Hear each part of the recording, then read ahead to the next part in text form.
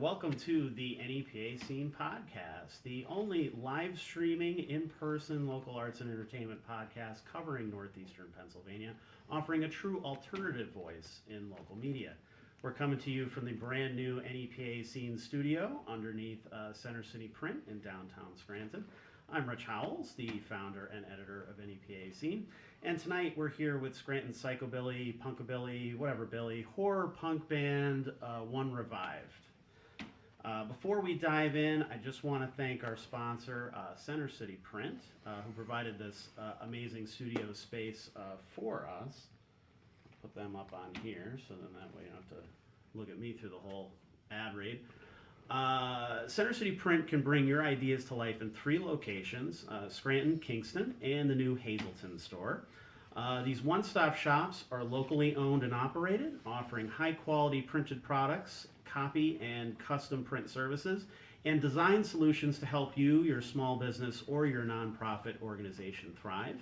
Visit them now at centercityprint.com. They also do really weird stuff, like when you ask them to do like a giant 3D logo for your studio. Yeah, they do that kind of stuff too. Yeah, check them out. Thank you to Alex and Center City Print. I also want to thank Ionic Development for helping us set up our streams and producing behind the scenes, making sure everything's running smoothly, sounding good, all that good stuff. So thank you, Justin, for helping out tonight with that. And so let's dive in. We want to start with maybe introducing yourselves and what position you are in the band. Cool. I'm Brian Revived. I play guitar. I do some singing. And yeah. I'm Riggs. I play guitar. I make him look good, and I sing a little bit. Oh, shit. Oh, it's my turn. Yeah. I'm Dante. I'm the drummer. I'm the new guy. Jonte is the new guy. Yeah, it's the new guy. And, Fresh fish. Adding a little shine to the, Yeah, it is kind of bright in here with all of us. That's why I had to wear the hat. I was Yeah. told by production I had to wear a hat today, and so I caved in and did it. But the show must go on. Ian Sin, upright bass, vocals. So what got you interested in music originally as a kid? Did you pick it up later in life? What made you first pick up an instrument? When I was a kid, my father had. I found. Fast forward, rewind, whatever. There was a guitar in my grandmother's attic that was my father's. It's a 1969 Fender Bronco. And so I used to love going to Grandma's attic, of course, because it's like a time capsule up there. So I bring it home, and Dad starts strumming just a couple of chords that he knows and stuff. And he played Rocky Raccoon by the Beatles off the White Album. And I wanted to learn how to play that. And then that got me into like the Beatles, and then like Hootie and the Blowfish, and like that kind of stuff. Yeah. And music was just always kind of around and accessible. Like when I was a kid, I'm pretty lucky for that. How do you even remember all that? I don't know. I have I'm no not a idea boss. how it started. It happened. Yeah. I woke up one day and there were sticks in my hand. I was like, what happened? And all my money was gone into drums. It's like The Hangover, but like not. Right, exactly. There was no tiger in the bathroom. Yeah, not quite as fun or memorable as. Or unmemorable. Right. Oh, I'll start it. You can do it. I'm really very passionate about not playing sports. So it was that or something else, and I chose music. Same, and so I wish it was more flashier than that, but a bunch of my family members were musicians their whole lives. And so I thought, I'll do this. And that's where I have been ever since. Shit. I mean, I just ran into the punk kids right around the corner there when they used to all hang out, group of 20 of those monsters, and they fucked my life all up. And here I am. It's funny that you would say your family is all musicians. Nobody in my family was a musician. Yeah, same. Oh, that's interesting. Except, and I found this out after she died, my grandmother played violin for some orchestra that had the word Philharmonic in it. Okay. I think I heard of that. I think Yeah. I heard of that. Yeah, they I've did heard it. that They've been around. But that was like back in the 1930s, 40s go. maybe. I love how orchestras are just like big classical music cover bands. Big Yeah, right. That's what they are. They're just big. They're like there's yeah. not. Could you Is there any new imagine? classical music? I'm sure there would have Would to it be called classical Well, music? no. So classical music is actually there's a specific time frame, like from this year to this year is classical.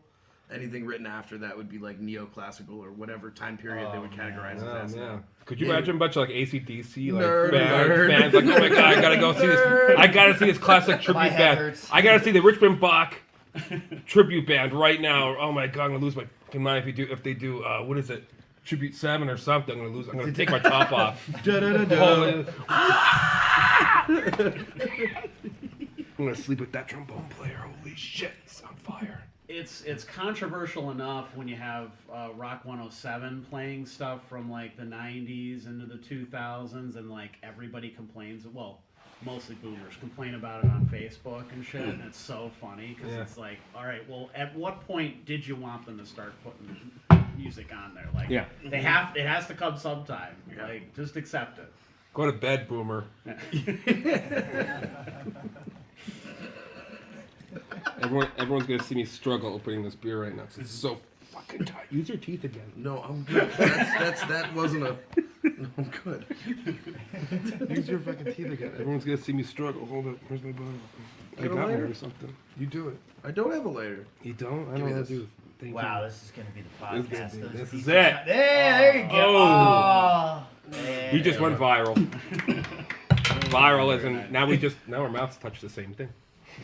This happens all the time. I was gonna go there, Yeah. but you got there first.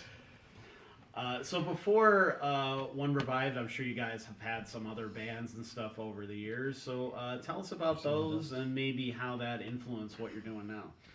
I played in cover bands for like a good while. My first band, it was a funny dynamic. I was 16. The two kids I was playing with were like 13 and 14. So like they thought girls were yucky, and I was showing up drunk. It was an interesting. Now, there's dynamic. a dynamic. Yeah, it was cool. But and that was like, short lived, but we sounded pretty good for little kids. It was a lot of cover bands. I did a lot of classic rock covers.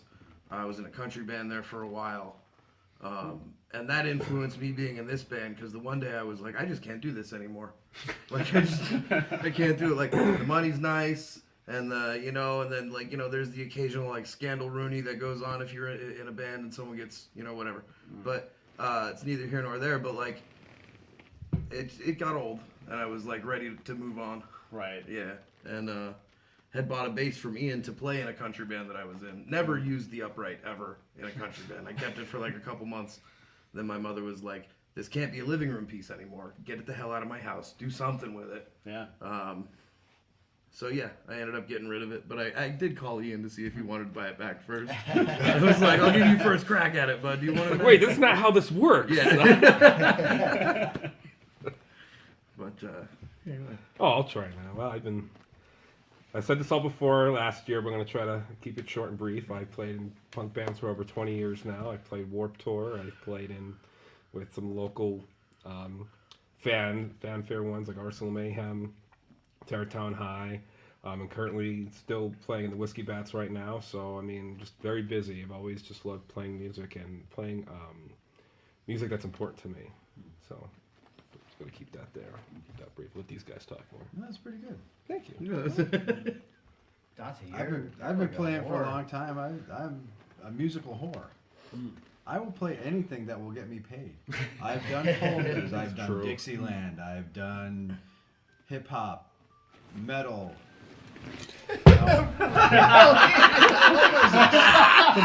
The guy that says put your phone on silent. oh, I'm gonna put my phone on silent. I thought Everyone on Instagram just saw my ass, like panic.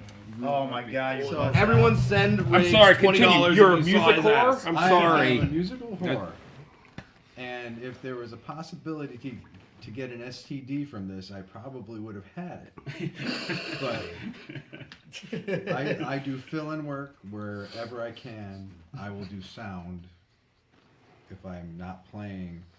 I played with country bands. I've done openers for national acts and stuff like that. Recording here and there. and I'm sure there's a lot that I missed, just because I try not to stop. Can't plan them all, right? Do you have any Right. particular inclination towards one genre or another? I don't, which is really weird. As long as it sounds good, and I can make it feel good, then I'm happy. That's about it. I'm really weird about the way the drums are supposed to sound. Yeah. So I don't know if that means anything, but Can I mention this is his first punk band? Ever. This is Ever. my first Yeah. punk band. We popped his punk cherry. He settled. He did. He went, this is good He's enough. that- This is good enough. I go from doing this, which you have songs like Butcher's Block and It's a good one. all the other crazy stuff, Sure. to doing gigs with bands like the Wannabes, and I'm doing Brown Eyed Girl Okay. and The Night Chicago Died. Yeah.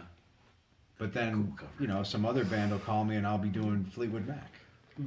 So, Yeah, one day you're gonna end up at their show and you're gonna forget who you are. You're gonna start playing real fast. Real fast. yeah. What are you doing, man? Yeah. I was just thinking the Night Landslide Chicago at Died would be a 50 cool miles an cover. hour. All the blue hairs will be having a heart attack out there at the... Right. Did a couple of punk bands. Well, I did Theme for a Sinner. That was my take on metal influenced psychobilly. That didn't last too long though. I was in Stagnation, and then everything else never really left the garage. This is my first big jump at a band. Okay. I did forget to mention. You mentioning it reminded me. Oh, yeah. I'm kind of like how Dante is a music core. I'm kind of also a music core, so I'm also in the Whiskey Bats with Riggs. It's a fun band. We have a real good time. And then I play in a band called All the Damn Vampires, and they're fun too. Yeah. And then there's a Sabbath tribute that's been kind of dormant as of late called Supernatural Kings that I play in, and that's just because who doesn't want to play bass in a Sabbath band? Hey, you forget one? I think he's forgot one. Wait. The big three. No, he's thinking about it. He's Cover? not sure. No, that's no. You mean with and I do solo stuff too. I do solo acoustic stuff, but that's just gonna get me in trouble one day. It's like if you want me to come to your living room and play acoustic Gigi Allen, I'm more than happy. Oh God. But, Who do you think you are, Michael Graves? Oh, stop it! He does his Michael Bublé. Michael Bublé. Do you know who Michael Graves is or no? Dante, Well, we're not going to discuss You're it my here. favorite human. No. Dante, you're my Not favorite human. That'll be on the next episode. No. Oh, Dante brings so much joy to me. You really do. Only because half the time I don't know what they're talking about. Oh, it's great. This is all new to me. We fill you in as we go, though. Yeah. We don't keep you. yeah, in the we update you. Yeah. So then, how did this get started? This happened during the pandemic. Yeah, so I bought that bass from Ian. It was a tuxedo bass. It was a German Gamba bass. Be surprised I remembered that. But so yeah, it was a really nice bass. And then it sat. I didn't do anything with it. And then I sold it. And then did we run into each other, or did you just text me? No, you asked to join Theme for a Sinner, but I was bringing my my roommate on, so I was like, oh, I can't. And then I was like, well, I'll keep you in a loop. And then I was like, Yeah, you know what, 'cause I wanna saw start y'all a new play- project. And then I hit you up I saw you guys play here at the pub at the Wolf, at the Wolf. the Irish Wolf pub. And I remember thinking like, man, I R.I.P. could. the Irish Wolf Pub. I mean, I'm not sure who the guitar player was. God love him, he was doing his best. I'm not trying to put anybody down, but I remember thinking like, man, I would love to play guitar in that band. That's funny. I can't believe I forgot that. I did it. And we jammed. It was just me and Ian for a while, and we didn't have a drummer, and we wrote a song that we're still trying to write. Yeah, we never pulled this song together. We were just talking about it. Maybe Yeah. we'll put it on the next album. On the next album for sure. But yeah, and then we started hanging tough there for a while. We'd have like band practice, and then we'd have like a sushi mandate. Yeah, and then we started drumming with. Yep. We started playing with Machis? it was Mike Ballett, right? Well, Mike was just there to keep us going until Yeah. we found the next one. Carter took over for a while. Yeah, and then Carter Dennis. He's in the band called Burn the Jukebox. They're crazy. Oh yeah. They're they seem to really be taking off lately. Oh yeah, they're real good. He was playing with us. Our first actual show was opening for a Van Halen cover in Hamburg, Pennsylvania, I think. No, Nuremberg. It was Nuremberg, PA. Nuremberg. So many birds. Yeah, birds. We're big on the birds. We like the birds. Big on the birds. But we opened for Fair Warning, and that was like our first show. And then, yeah. Carter, obviously, because he's, a little bit younger, he's wasn't a full-time solution for a drummer. But we recorded the album with him. He's the drummer on the album. Okay. Yeah, and then we had. Oh God, there's a slew of drummers. There's no sense in naming all the people. I was a drummer. I'm a drummer. You're a drummer. They're all drummers. I think this guy drummed for us too. I Yeah, think he sound looks guy familiar. Yeah. Did one of them spontaneously combust? Oh man. Oh, we don't talk about that one. Oh, okay. We We don't talk about. We don't bring up that one. We don't. We don't talk about Bruno. Bruno. We don't talk about Bruno. It's funny you said that, because was when he started German. talking about his origins of music, I thought he was giving us the whole Encanto thing. See? Encanto. What's that? See? Now I don't. Now I'm not in. You have no idea what I'm talking about. No Okay, so clue. you just laugh like, Exactly, Bruno.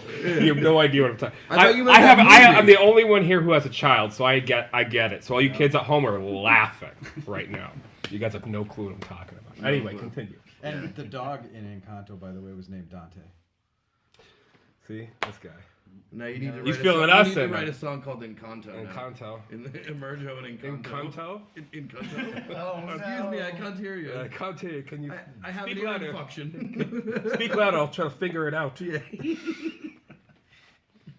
My wife's gonna kill me. 3 years old forever. I hope so. It never gets old. It never gets old. This is She's and gonna me be and Ian live together, waiting by at the the way. door with So a bar of soap. She's like, get out. this is me and Ian's Rinse life your at mouth home. out. I'm making Wash your immature mouth. jokes, and Ian's just crossing his arms, just like, oh my god. Just that's it. That's the That's look. the look He's right not mad. there. He's just disappointed. That's it. I'm going to bed without any dinner No dinner.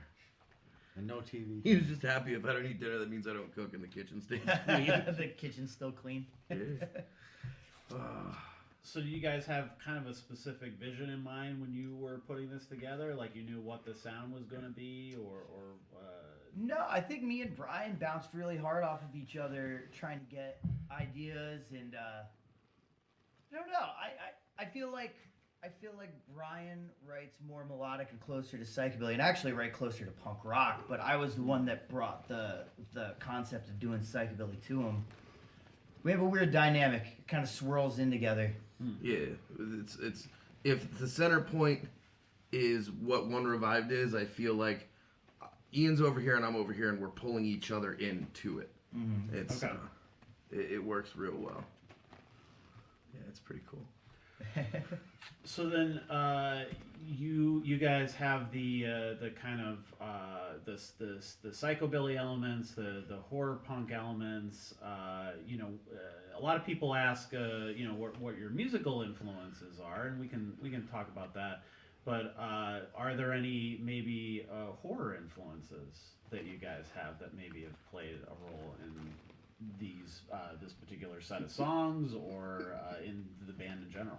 He said Well, you horror, pointed- not horror. Yeah, no. So Very specific to pronounce that correctly. Ian's gonna have a far more insightful and reasonable answer to this. The funny thing about this is, Oh yeah, you're bad at horror. I play in all the spooky bands. He Yeah. plays I in play every in horror all band the in area. spooky He doesn't bands, know the horror movies and that I you play. don't watch. It's not that it's not that I don't watch horror movies. I don't like consume movies that much. Okay. I'm not a big movie person, so like Riggs will bring a song that's very clearly to everyone else that hears it about a specific movie to the table, and I'm like, that's a cool song. What's it about, man? It's been around for 60 years, Brian. and then you got Ian, and Ian's horror pedigree is like I'm none really other. into writing about true crime and things that I think are very horrific in the real world right now. That's what I'm doing with my songs.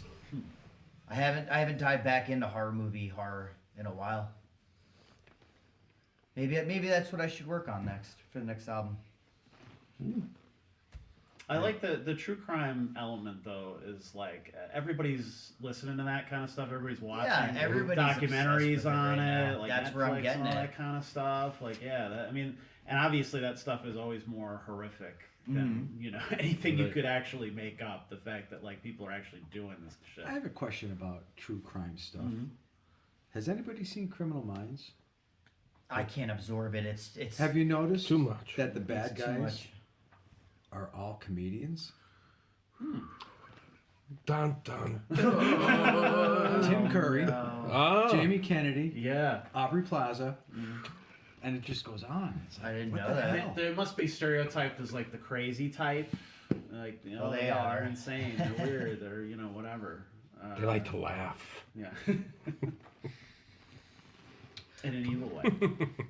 But Let Me Die is it's based on a guy in Japan that was hit with so much nuclear radiation that he was dead, but his body didn't recognize it. It's called walking ghost phase, Okay. and they put him in a hospital and they tried to keep him alive for a couple of months, operating on him and giving him skin grafts, and he just wanted to die the whole time, and that's what he just said. So that's what that song's about. I wanted to pay homage to that guy that suffered horrifically for no reason. Yeah. That's the kind of stuff I'm into right now.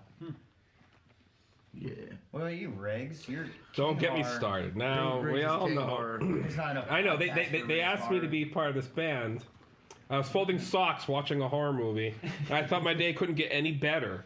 And then Brian messages me and he's just like, "Yo, man, we're gonna ask you a huge question. I need you to like think about it." And I'm like, "Oh, what's going on?" As I'm folding socks, and I'm just like, "Hey, what's going on?" Like, listen, we're gonna ask you something big, and we're gonna ask you to be part of the band. I go, "You gotta wait till my wife comes home." I gotta wait. 'Cause the whiskey bats were picking up and everything, and I was already doing that. And I said, "Hold on," so we had a video chat, and I was just like, my wife was off camera, and I'm just like looking at her. I'm like, "Do you hear this? Like, do you know what we're doing now?" And so I asked them, what do you need and everything, and they were trying to put it together an album, and I know a guy we can go to record. Oh, this is great. I know everything. I was a huge fan. My wife and I would go see them, whether it was in Hazleton or in Allentown when you guys opened up in the Necromantics. I was just like, we have to be there when Revive goes on. So we'd always go see them live, and basically you guys knew my family at that time. We always came to the shows, all ages or whatever. We always make sure we go to all the One Revive shows, and they asked me like, "Hey, do you want to be part of this?" And I was like, all right. So like I looked at my wife, and she said, "All right." And I was like, "Okay, all right, cool, we're in." So so like when they asked me, I said, "Well, okay, all right, I'm already the horror guy. I'm already the guy in the Whiskey Bats that writes all the spooky songs." So I'm like, all right, I helped them with the process. We're all playing shows and everything, and we needed songs for the album, and I just wrote one song. And I guess when you go through the song listing, we'll get to that later. But I'm just like, oh yeah, get spooky guy. I like rockabilly. I like all the spooky stuff. We'll do that. So that's where I come in that, and through my experience, and they like how I play. I like how they play. I thought it would be mesh very well, and wouldn't clash with anything else I'm doing currently with any other projects I'm doing with the Whiskey Right. Bats. I'm like, Like if this you were in like this will be something so different. Like if you were in a country band. You're right. No, like that's my point. I was like, I'm with these guys. It'll be such a different dynamic, Yeah. and how I operate with these guys as opposed with the Whiskey Bats, and so that's why I joined. That's why I was like in this. I'm like, I dig it. I'm there. I'll be there. Hell yeah. Cheryl was mad at us though. She goes to me. She Cheryl's goes. gonna hate us. She goes. Well, I know. She goes. She's gonna get really She mad. goes. I swear to God. She's like. I liked One Revived. Until you joined it. And she goes, I swear to God, don't ever join the Coffin Cats, because then I'm gonna have to divorce you. And I said, hon, I had to laugh at her. I was like, oh, she thinks I'm just so great, so I have to love her for that. Of course. So that's the fun dynamic here. It's like, hey, we're playing a show. Let me ask the wife. Let me talk to her. It's gonna cost you. It's gonna, guys, it's gonna cost me. It's a give and take always. But no, the family's always so super supportive. My daughter comes up and sings with us. you know, and you know, yeah, whenever they can, they're always there and being very supportive all the time. You know, right now, you know, my mother-in-law's watching my daughter right now. It's the only reason why I'm here is because they're able to watch her and hang out with her while I'm doing this. If you're watching, honey, go to bed. So, anyway, what were we talking about? I don't remember what we were doing. You just went on a tangent. I just went on a tangent. Nice. I know. I just took it a while. I gave you guys a rest, so. So, I have obviously caught. I have the shirt to prove it at the NEPA Horror Fest. You guys put on a hell of a live show. Is that something that is really something you've had to really work on and rehearse, or is that just kind of something that's come out on stage over time, or you know how is it? Because that energy, that dynamic, it's so much fun to watch you guys play. So our live show is another great example of, at least I speak about the me and Ian dynamic. We live together, so like I feel it a lot. We both bring each other closer to reasonable in a lot of ways. So like You guys should just kiss and get over with it. so like so we played Curry Donuts last night, and it was a really good time. My brilliant idea, I was like, right in the vocal break, Let Me Die, I'm gonna have George come out of the donut shop with a light tube and bash me in the head with it, and then I'm gonna bleed, and we're gonna be screaming and bleeding, and then it's like maybe not. Ian's like Let's come just here, think about that. just- for a Oh, second. yeah, I remember that. here, bud. Let's reflect on this for a moment. That's my What could go ideas, you know. wrong? What? Yeah. What? I mean, Ian had been talking about getting me to stand on that bass, and I was like, I'm not doing it. I'm just not doing it. No. And then we got Riggs, and it's like, cool, I don't have to. Riggs will do it. there is a stature situation where it is slightly easier for me to get on top of that bass. Oh yeah, my knees would have to hit my chin to get on top of that bass. Actually haven't So- rehearsed any tricks in a long time. I feel like we're like half improvised, half rehearsal with Okay. tricks. Yeah. But you know, stage energy is so important in bands. Sure. Some bands just don't do it, and I feel like it hurts them. You know, you visually digest the band just as much as you're listening, so you know you want Right. to have fun with them. That's why I try to act like a maniac on stage, because I really want people to be happy with what they see. Well, I think too, a lot of people are just so right away drawn to the upright bass. They just see that and they're like, "Wait, What is well, this what's crazy this?" thing? Yeah, It's like the they just fifth haven't seen member in the that before. band, honestly. Yeah. Big right. violin. It's huge. And it's this. Did you do the customization of it? Yeah, oh yeah, I refinished it. Okay. Briggs has a little guitar that's refinished. It looks just like it. It's like its baby. It's like a child. That guitar. Still have it. I still have that guitar. Because you do some other kind of craft stuff too. Oh yeah, coffin furniture, coffee tables, stuff like that in my spare time when I can. Yeah. Just be a good time to plug that company in there so people Hey. can check it out. Hey, what's the name of your company? Hey Ian? there, Ian. What is Coffin that called? Zelamorte. There you All go. your coffin furniture needs. I'm his biggest customer. I'm You are not, my biggest I'm not customer. lying.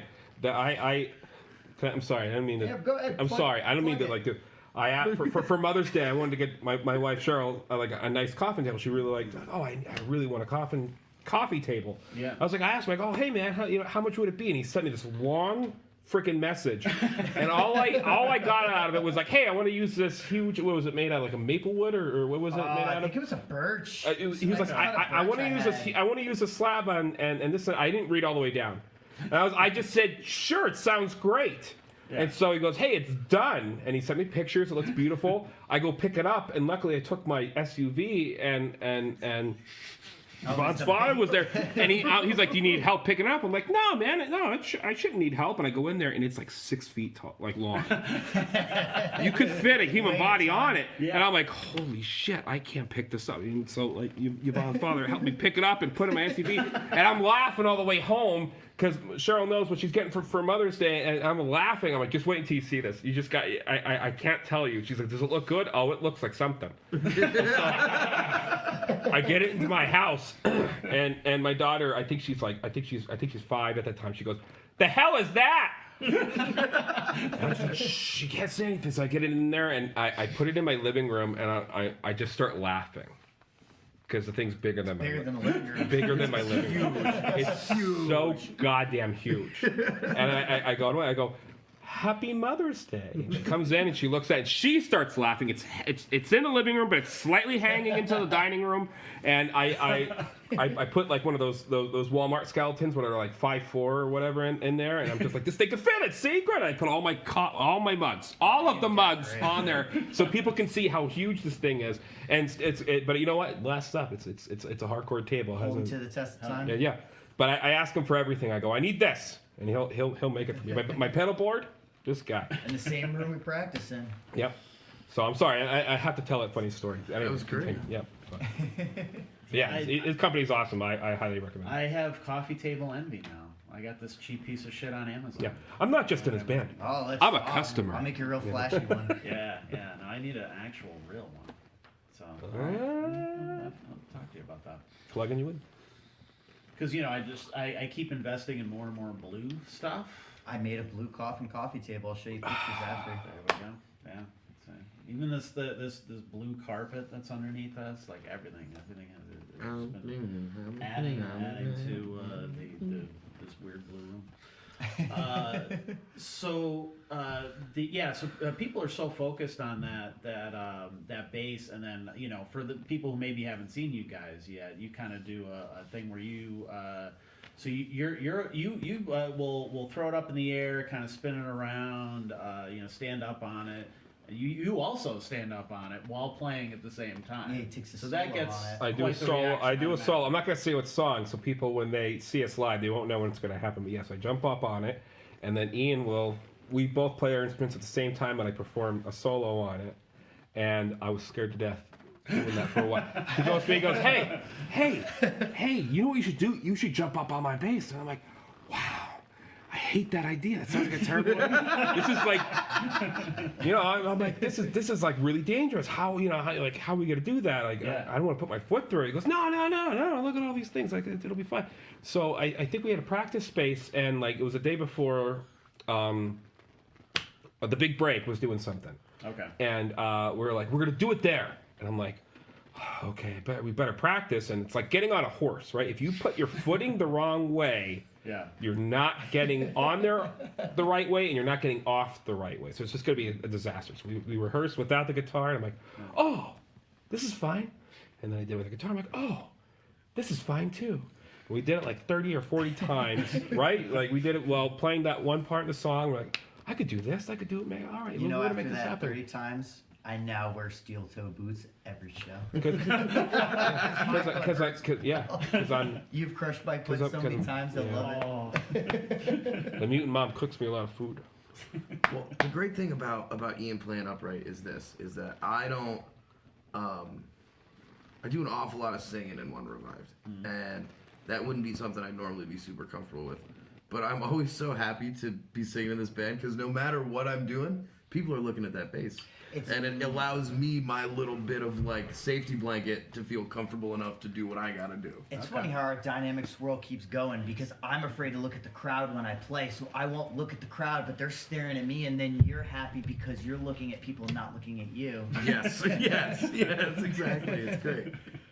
Oh, it's so perfect. I realized I was in a band full of anxiety. Oh yeah, we're all tensioned A up. bunch of weird guys. Bunch of weirdos. No, it's fine though. And it kind of it helps that keep the kind of like that steady beat where it's almost like because obviously with the drums and the bass are have to kind of be aligned, but it adds that kind of almost like a click. Oh yeah, there's Like a railroad, like a Yeah. train rail. Right. And that style, It's an interesting. the click is supreme. It's very important It's like a gallop. to that kind of music. Right. That's iconic. Yeah, it's such a huge part of the psychobilly. in I always general. get a little upset when I hear your videos and I don't hear my click. I'm like, man, Gotta turn it up. gotta get it higher next time. So that's got to be an interesting element for you to play with as well. Well, when it doesn't line up, it's a little scary. Pressure, Rich. This guy had hair when he joined the band. That's right. That's what happens. Sorry. But we're playing at speeds where you don't have a lot of time to think if something goes wrong. Sure. But I think that's part of what brings the excitement to it. So we're playing at a speed that's just about going off the rails. And it's just it's what brings the excitement to the whole thing. Right. So you're hanging on just as much as anybody Sometimes. else is watching. Like if you don't get your if you're not feeling warmed up and you're stiff, if it's cold, like Yeah. Horror Fest was kind of cold, Right.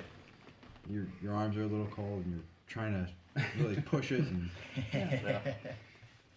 but otherwise, it doesn't matter how fast you play almost. That's love of punk bands right there. Yeah, right. Oh, yeah. That sums it up. Oh yeah. You guys released an EP in 2021, like 3 songs. Yes. Can you talk about that and how those came together? So those were, I remember at the time, we were practicing with Carter, and we were up at his house in Mountaintop and we had these 3 songs. They were sounding good, and I was like, let's just record them. Like, let's just do it. Let's just do it. I was just all about it. I'm like, let's just do it. And so we're like, okay, cool. Yeah, we're gonna go do it. And then we went and recorded them at Cliff Evans's place here in Scranton. And I remember I had been awake because at that time I was working overnights at Clearbrook, and so I'd been awake for like 27 or 28 hours when we recorded those. And I remember I was Imagine to do it in the studio. I was just such a baby about it. I was just being such a baby about it. And the end of Della in that recording, it sounds like my voice is cracking and I'm screaming entirely on purpose. It worked out perfect. It sounds awesome. Completely an accident. Did not intend for that to happen. That scream hurt very bad, but it sounded real good. Yeah. It's a happy accident. It was a very happy accident. And then that was our first experience sending things to Vic from the Coffin Cats. We're really lucky we get to work with the Coffin Cats on things, with Vic on things, and yeah, that's been a wild ride. It's been a lot of fun, and I think almost all of our musical adventures have been spontaneous.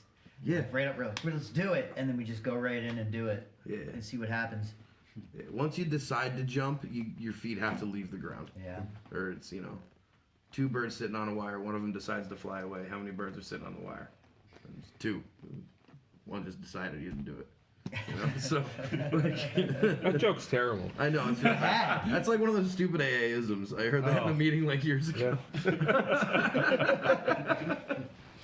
Buzzkill. Buzz Killington. Before we move on to the main album, I want to mention this really cool cover art that you guys have on there. Oh, yeah. Where did that come from? That is a local artist, musician guy, Dom Calzoa. Okay. And he did a lot of my stuff. Actually, I've got his art tattooed on me. He's great. Out of Carbondale. Okay. Yeah, find him. If you like his art, find him. Yeah, hit him 'cause up. that is sick. That is ridiculously fucking cool. I mean, you guys have that on some shirts and stuff too? We do have one. Oh, yeah, we do. Yeah, Brian calls him the Boomer. Yeah, he's the boomer. I don't know why he calls him the Boomer. The boomer cost. It's gonna be the Holocaust of the boomers. It's the running joke. He's like the boomer zombie from the boomer cost. He's got his own. Because he looks like he's story. got the hair. You know what I mean? He's got the hair. That's like he's got like the male pattern baldness thing going on. Oh. He's the zombie boomer. Yeah, see, if you're gonna do it, you gotta accept it. Yeah, you got to. I do, yes, yeah. Just accept it. Well, I wish it would stop growing. I mean, because then I just wouldn't. You. You're gonna get a lot of hate. Fuck this guy, right? I mean, like, what is this? Like, what is this The guy? bald guy by choice. I'm glad I have a hat on because I Fuck feel yourself. bad for them. I do like it when I sure. shave it nice and smooth. It's fantastic when it's smooth. However, in the winter, hats slip off. Yes, Yeah. right. So I leave Right. it a little stubbly so it's like Velcro. Yeah. Nope. Uh-huh. I don't have a choice. I don't have a choice. Oh my God. This is it. This is the way it just happens now. No nose hair, no ear hair, nothing. You're I'm complaining bald about as a nose baby. hair? You No, complain about nose hair? you would fucking love nose hair if dust was going up your goddamn nose every day. You being up those Does trees? go up my nose every Yeah, day. imagine with no hair. No hair up there, you're fucked. Brazilian nose wax. Go I'm get gonna one. get a, Yeah, I'm gonna get a you don't nose want it. waxing You don't apparently want so it. I can experience You don't this. want alopecia. It's not fun. The eyebrows, I'd kill all of you for eyebrows. Everyone. Sharpie out of the trunk. It's not the same. I need eyebrows to filter. That's why I wear this. That's why I wear bandanas, because I'd be just like this every show. You know the glasses with the eyebrows and the mustache and the nose? See, yeah, that would be me. I give you one of those. You get me 5 of them for Christmas. At least we don't have to worry about knowing what mood you're in. Yes. It's always expressionless. See, I can't do the eyebrow thing. I can't do the funny. So you can't do this? Fuck you. I don't know. There's that All of you. actor. I can never remember his name. The guy that's on Barry. Have you ever seen that show? He has the same issue. He is hysterical. He's one of the funniest fucking guys. So it can come through. You just the enthusiasm can come through. I'm like he's an aero amazing and actor. hydrodynamic. I am the future. Maybe you There should you take up are. swimming. Oh, wait, you're against sports. That's right. That's why I picked guitar. Ugh. Guitar helped me be a See, I was 40. kind of happy to start shaving it off because I was never happy with my hair when I had it. Like I could never do anything with it. Never did what I wanted it to do. It was I put gel in it, and it would just make me I always had terrible skin, so it was just making me break out. So I'm like, fuck. I had the this. best mohawk ever. I had a pretty good one too before I shaved it off. Yeah, right. See, what I like to do, I grow out the hawk and then you pull it back and you pin it, and it's like Tiger King. It's instantaneous. Like I pull it alright. back and I'll put a tie in back here, and then it all flows down the back, but it's pulled up the front. Joe Exotic all day, baby. Right before I started doing newspaper reporting, I had a mohawk, and I was like, if I walk into a city council meeting with a fucking mohawk, these people are not gonna fucking talk to me. Like, they're not gonna take me seriously. I'm gonna sit in this office all day with a fucking mohawk. They'd probably just So call security. That day I was just like, you know what? It's thinning anyway. Boom, it's all gone. And then ever since then, I've just Take the shaved plunge. it from there. Yeah, that was it. I just tell everyone, just grow it for me.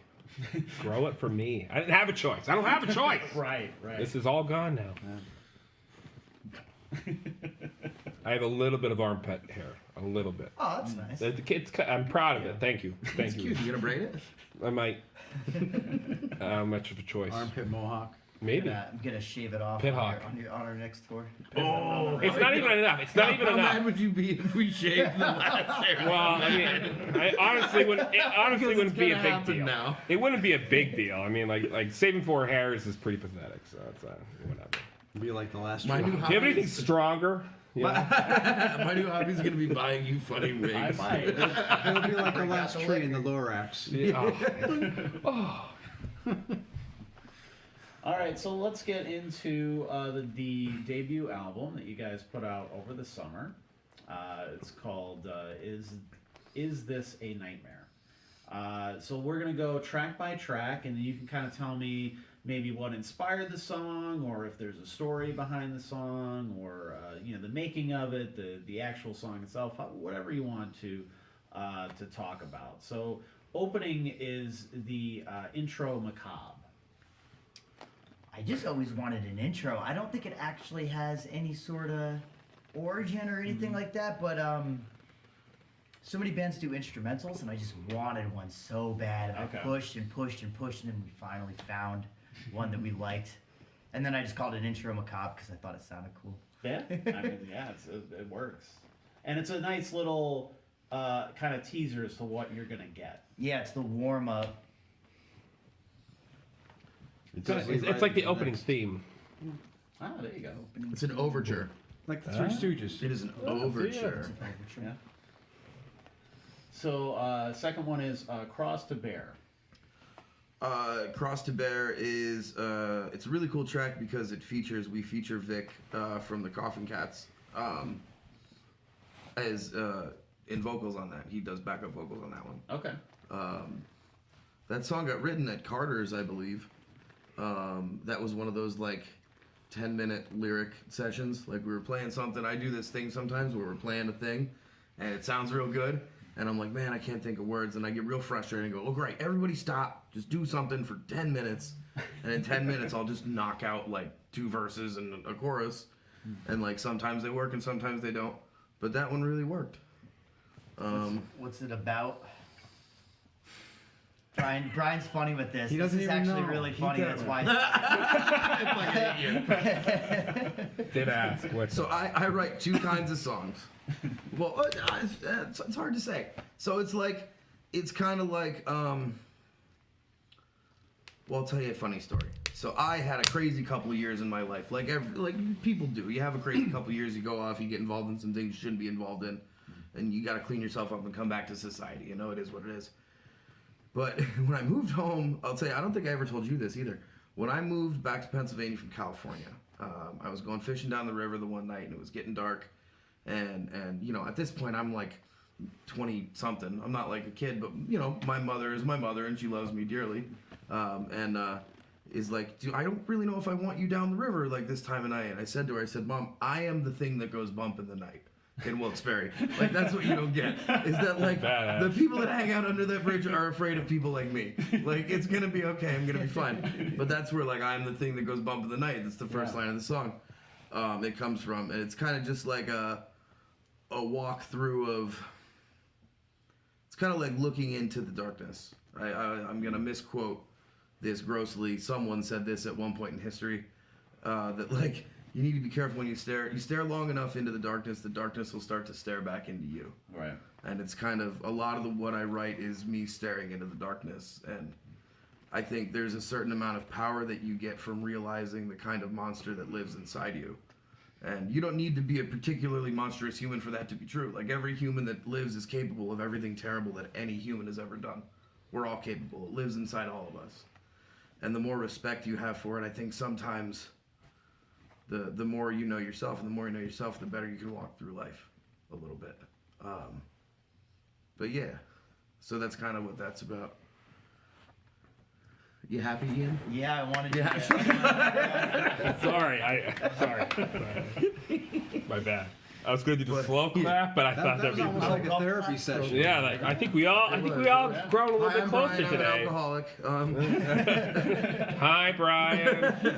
But the cool thing about that song too is when we were talking with Vic about potentially putting vocals on a track, we had picked out another one that we're like, man, maybe Vic could put vocals on this, and then he sent us a copy of Cross to Bear back, just with his vocals, and it's hey, if you like these, you can keep them, but you don't have to. Like, of course we're keeping them. Just did it to be a good guy. Yeah, just what a good guy. Awesome He's guy. such a good guy. Such a great guy. He's such a good guy. He's such a nice he's boy. a good guy. Oh, jeez, he's such a nice. He's a boy. good guy. He's a good guy.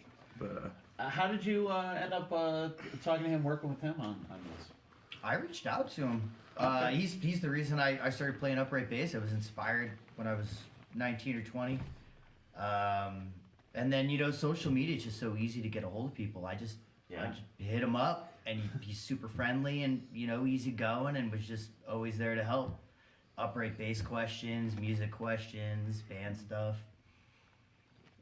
That's awesome. random conversations. They always say you don't meet your heroes, but a lot of times you can. You know, Mhm. if you reach out and you do it in a cool way, and in this case, with you guys working together and being influenced by him.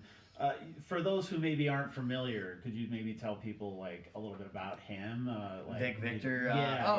Because some people watching this might not be familiar with his Vic stuff. Victor. Some people sitting here might not be familiar.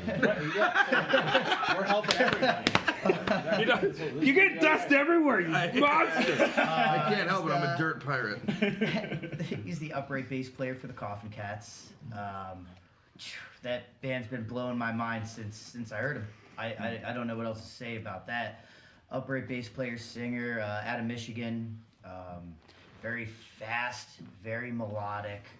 Changes their sound every album. Gives you something to feel, but doesn't take away from what they always do. It's, I don't know. I think it's genius. I highly recommend checking them out. It's Coffin Cats with K's.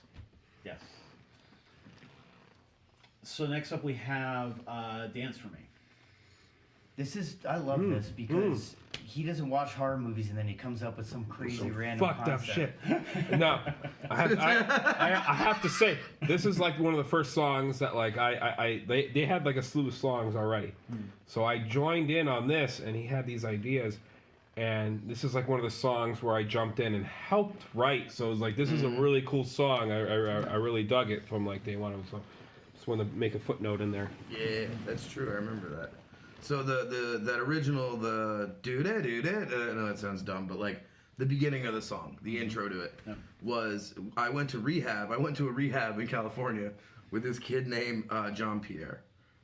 That's a full first name, you know. We're gonna protect the names of the innocent, but so his name is JP, and he played flute, and we all used to, you know how people are terrible to each other. We would bust his balls pretty hard about playing flute. We all called him Flouty. And so that originally had some, I would never repeat them ever now, lyrics about this kid playing flute and like likening it to like a lot of other things. But yeah, it was originally a tune called Flouty. That was just a couple of chords I put together to bust this kid's chops. And I really hope he sees this. That would be great. Is it along the lines of Bernadette, would you play my clarinet? Damn near. So we were talking about having a song that was about like a creepy, like circus. Oh, I said write me like a hokey circus song. A hokey circus song, yeah. And I was like, oh, this one's easy. I know this one. And I was like, this is a hokey circus tune. And that was another one where I think I sat with the lyrics. I brought some lyrics to a practice originally, actually at Frank's house, and they were not fitting. They could have fit.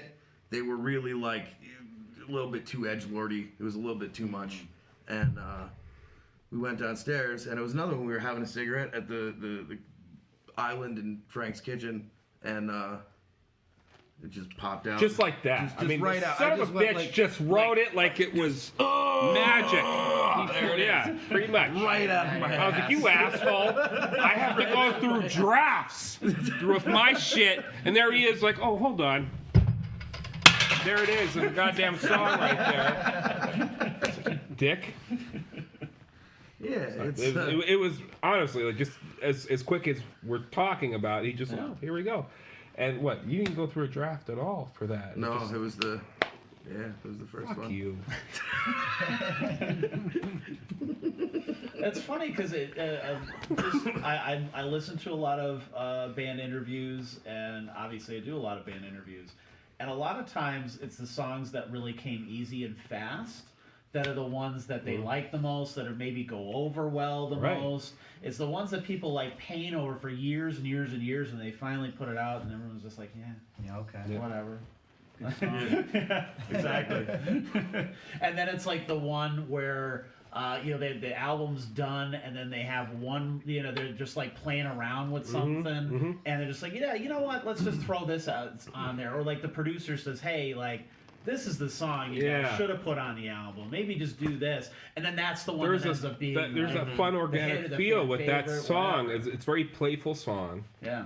And I mean, everyone sounds like they're having a great time during that song. So I mean, just that. I mean, to me, like I said, like being there, writing this with them is the first time I'm there, like helping them write it, and it just had this fun flow to it. And it's like, damn it, that's a good fucking song. Shit, you can really feel. You can feel that song, and it makes you want to get up and dance. Oftentimes, and we pogo in the pogo intro on stage. We do. We're never on time. We look stupid. Yeah, I don't want to be on time. We never on time. Looks like I'm bad just like, animation. oh shit. Fuck, now we're doing it. Now, oh my god. And you'll see it on I'm sure there's like 1,000 YouTube videos right now. Just watch an old Mickey Mouse cartoon, and that's what it looks like. I just want to say thank you to whoever out there in social media land watched our video from the Horror Fest. I couldn't believe we hit like 2K. Yes. Oh, We yeah. had 2,000 views on a video. So That's watch crazy. some more. Watch some more. You're amazing. Thank you. That was me, by the way. Oh, well, thank You 2,000 times. Thanks, Reg. Yes. Yeah, that was me. Hey, that's cool. I think you need to get a life, but that's a lot, man. Thank you so much. Give the man a CD. Yeah, I guess you get a pin. I think I have one. You on get a pin. somewhere. You got one to spare there? Yeah. No, yeah, that was that. Yeah, I couldn't believe that. I took note of that today. 2,000 views. That's crazy. That's why I do that, because like when I started doing I would go to I go to a lot of shows as part of what NEPA Scene does, because I feel like there's a lot of media that will preview stuff in advance and tell you, oh yeah, go to the show, whatever. None of them, you'll never see them there. You'll never see the writer there. You'll never see, like, nobody's there. I'm like, somebody should actually show up, like, and it's so weird because it started as like kind of a thing where I would go and the band would be like, oh, you're here? That's cool. We just talked the other day and you're here. And I'm like, yeah, is that weird? And they're like, no, yeah, we're glad you're here. And then it just kind of became like a thing where I went to all the shows all the time. And then I would take my phone or whatever and just kind of stick it in the corner and just like stream it, so just kind of let people know, like, hey, this is what you're missing out on. Like, you should come to this or whatever. Yeah. And then people started going, well, are you going to stream the next one? Are you going to come to my show and stream this? And I'm like, it's just a fucking phone stream. Like, anybody could do this. Like, literally just take your phone and just But we hit need record, we whatever. need about 500,000 more of you. Well, yeah, We need that. that's the thing. We It's need like that. a lot of people just aren't doing that, and they're not. I'm certainly not streaming the whole show.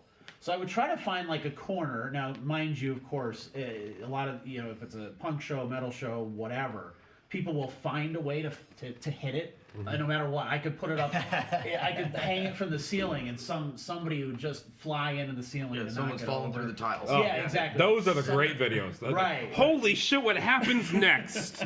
That looks I off the told hook. people I should start giving prizes for every. If you can give me the time of when somebody hits it over in the video, I'll give you a prize or something. Because it happens at least one time in every single live stream. Somebody either walks in front of it or knocks it over immediately. Oh, It yeah. always happens at some point. But I started doing that, and people really love it, and they watch it. Great idea. It just kind of turned into a thing where that's how people will discover stuff.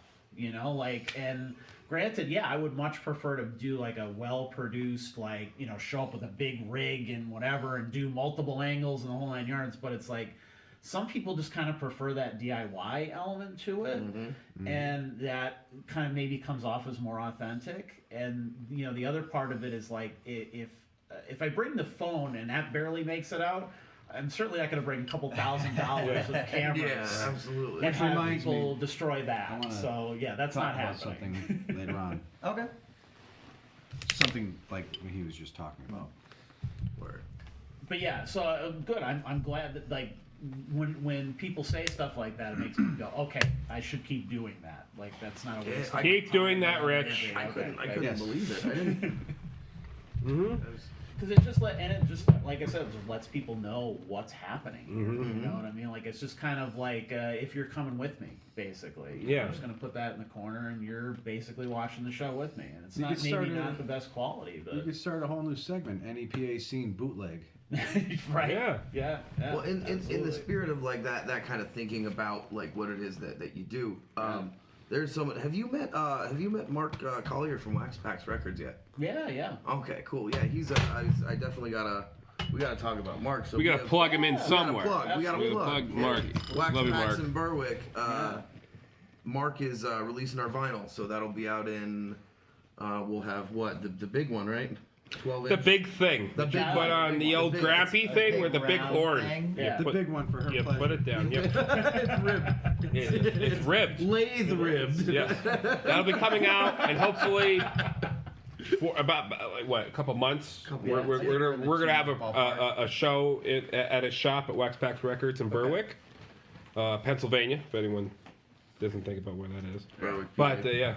For all of you watching in Switzerland. yes, you never know. The Swiss are weird, but he's a really great guy. He's been also helping out a lot with like Camp Punksylvania. Okay. And he's a huge sponsor there, and you'll see him at a lot of other like flea markets and everything, bringing his vinyl out. And he's That's like the he's the nicest guy in the world. happiest son of a bitch. mad. You and me. I literally have to go to a shop once a week just to hang out with him You for just like an wanna hour. see him. Yeah, he's just so bubbly and happy, and he wants to support this scene as much as possible, and he's helping a lot with other music festivals next year. Won't say names right now, but like he's investing a lot and sponsoring a lot for all these music festivals to try to help people reach bands like us. Yeah. And like I said, we need like 5 million of you, and we need 10 million of him. Right. Yeah. We need he gives the greatest. I could go for a Mark Waxpax hug right now. Yes. I could. He's just so awesome. So I mean, like, yeah, please check out his shop and please. Then maybe we can do get over that. to Switzerland. Yeah. Exactly. Maybe. Do they have Waxpax Records over in? I don't know, but he was concerned about the Swiss watching us. So. Well, My question is, watching us. my question for the Swiss is, where did you get all those little red fish? Yes, 'Cause there's exactly. So many Swedish fish, indeed. And they're so good. do they taste sugary like that over there? I don't get it. It's actually They it's a probably rare have more trout. for the Americans. It's a very rare trout. We won't have it. We won't taste it. Sorry, we had to plug Waxpax in there. We're releasing our vinyl out soon. Yeah, no, Certainly. I got to check out the shop in the original location that he had before he moved to kind of the bigger shop. He had HR from Bad Brains in the Yeah. shop, which was Holy just shit! unbelievable. Yeah, he Unbelievable. has every month he has an act come in and just perform a set. It could be a big band and then acoustic, whatever. He has other. I won't say anything until he says something. He has some very big acts coming again in the area. Just touring. Might even be us. The 9th. Well, yeah, the night I was gonna plug that in too later on. I know we're going over the set right now, but like on December 9th, Brian and I are going in there and doing an acoustic set for Krampusnacht. Oh, cool. So ending out the year with some artists that he's helping release vinyl. He's releasing one revised vinyl, and then the next one will be the Whiskey Bats. Okay. Next album on vinyl. Nice.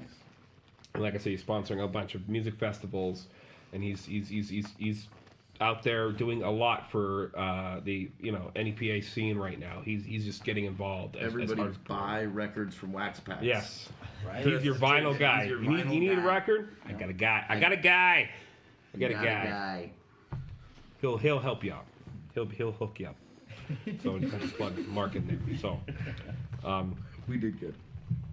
what? We did good. Oh, did we? Oh, We did. okay. We did really good. I was gonna ask you very after good the commercial. interview if we It was a did very good, good but I'm so commercial. glad you told me now. It was a wonderful commercial. He we just would had. not use this. So what you're saying is you can get stacks of wax at Wax Packs. Oh, all right. Hold on, let me write that. Write that down. Hold on. Keep going. I'm gonna write that. He's gonna write it down. I'm gonna, He's actually gonna write it. That's gonna be in the next goddamn one revised I'm gonna do song. it. He's gonna carve it in his arm. Don't say anything more. I'm gonna forget. It's recorded, right? Yeah, of course. Yeah, you're good. He might have even seen it. So That's true. He's probably watching right now. If you look at the comments, he's probably looking at the comments like, you weirdos. Fell over. Yeah. Why Yeah. didn't I think of that? Sorry, covering you up. Next up, we have Static Angel. Oh god. it's about I had to hold fire my breath. You don't gotta tell a story about every song. You can just say what the song's about. Yeah, whatever you want. You don't gotta Static Angel is sometimes about. Sometimes. Sometimes it's I about. love it. Your mind is a sometimes revolving about door. this. It is. My mind is a revolving door. Static Angel is about a lot of things. Static Angel is more a song that is explaining a feeling that I get in certain situations, or outlining situations that come particularly to someone of like the addicted persuasion, like someone that like I'm a person that I can get addicted to a person, that I can use a person like a drug, or I can get addicted to a drug and I can use a drug like a drug, or I can get addicted to like a situation or like food or like whatever it is. Like that's me. It's like, you know, there's not gateway drugs, there's gateway people. Hi, I'm Gateway, you know? But it's like, it's kind of loosely about that, about how like things in certain situations, whatever it might be, start out great and playful and it's really fun, and then things get a little bit more serious and I lean into that thing harder, and then the reason that I'm so miserable is the thing that I love so much. And it's we're hoping, I've actually been talking with another good buddy of mine, Mr. Callahan about doing from Camp Rattler about doing a music video for that one. I've been talking to him a little bit about. So that should be pretty rad. But that's a really cool song. You were there the night that we wrote that song. We basically played it on stage and didn't know exactly how we were gonna play it. Yeah, I didn't know what the lyrics were when I started singing them, and then by the end of the song, I had a pretty good idea what it was. I had a loose idea of it, but we had never performed it before. Okay. And that was the V-Spot show. It was like lightning in a bottle. It really was that night. It was lightning in a goddamn bottle. It was like our first slow song, and Riggs at one point in the video goes, "Ooh, let's get intimate." Like, when he says it just like that. We're playing, that. it's during the beginning of the song. Riggs goes, "Ooh, it's time to get intimate. Everybody get intimate." It was the funniest Yvonne shit was in the buying me shots all goddamn night. world. Not just you, brother. Not just you. I was like up there like, oh my god, I don't know what we're about to do right now. You're telling me. I'm sorry, Mom. That was a rough night. It was pretty fun. It was, but like I said, that was just one of those lightning in the bottle moments. That's pretty much how that song came to be, and it was fun. yeah, It was fun. It was really fun. Yeah, that video's out there too if you want to watch it. That's our pinned video. That's the pinned video on our Facebook. it's at the V spot. It's funny. It's one of those funny, weird things, and it never seems to work like this, except in certain exceptions. Yeah. That for how you were feeling and how I was feeling that night, that set should not have been that good. Nope. But it was such a good set. Nope. It should have been a disaster. It should have been bad. It should have been awful. I mean, we play our sets kind of like Ricky Bobby, like we're either first or last, like we're going so hard and trying to be. But they're second and third though. There's a lot of places. We either get first or we crash and burn. We've gotten better with that though too over time. We've gotten way better with that. Oh. Still haven't fallen off my base. Yeah. Just wood. I don't even know if this is real I don't wood. need to knock on wood. I'm standing on it. It's knocked on your probably wood, not. Nice. Yeah, it's- Particle board. yeah, probably. There's parts of wood in it. Knock on for Marca. Let Me Die is up next, which I. Oh, well, I gave a description of that earlier. Yeah. We just skipped that one. Sure. I think they got it. So Del Morte Dell'Amore, which one of my favorite movies. Yeah, Cemetery this Man. is one of those funny situations where Yeah. Brian wrote that song and never saw Cemetery Man, and I was Oh, like, that's fine. Brian, this song is basically Cemetery Man, and he's like, well, no, and then you watch it and he's like, oh my god, I wrote a song about this movie I didn't know existed. I could have wrote this movie. Here's the thing. I like the story. I wrote the song about the movie better than I wrote a song about domestic violence and necrophilia. We can just tell people I wrote a song about a movie. It's better So than it is, I thought it was about necrophilia. Yeah. Oh, yeah. yeah. Yeah. Yeah. Crack open a cold one, right? Yeah, cracking up the phone with the boys. Yeah. But no, it's the line is no matter how hard I try, I can't wrest satisfaction from your cold dead thighs. It's one of the very few tasteful dirty things I ever say. It's 'cause you're not saying it, but you're saying it. But yeah, no, Dell is a cool tune. Dell was one I was messing around with in the basement, my mom's basement before I moved out of her house, just on an acoustic.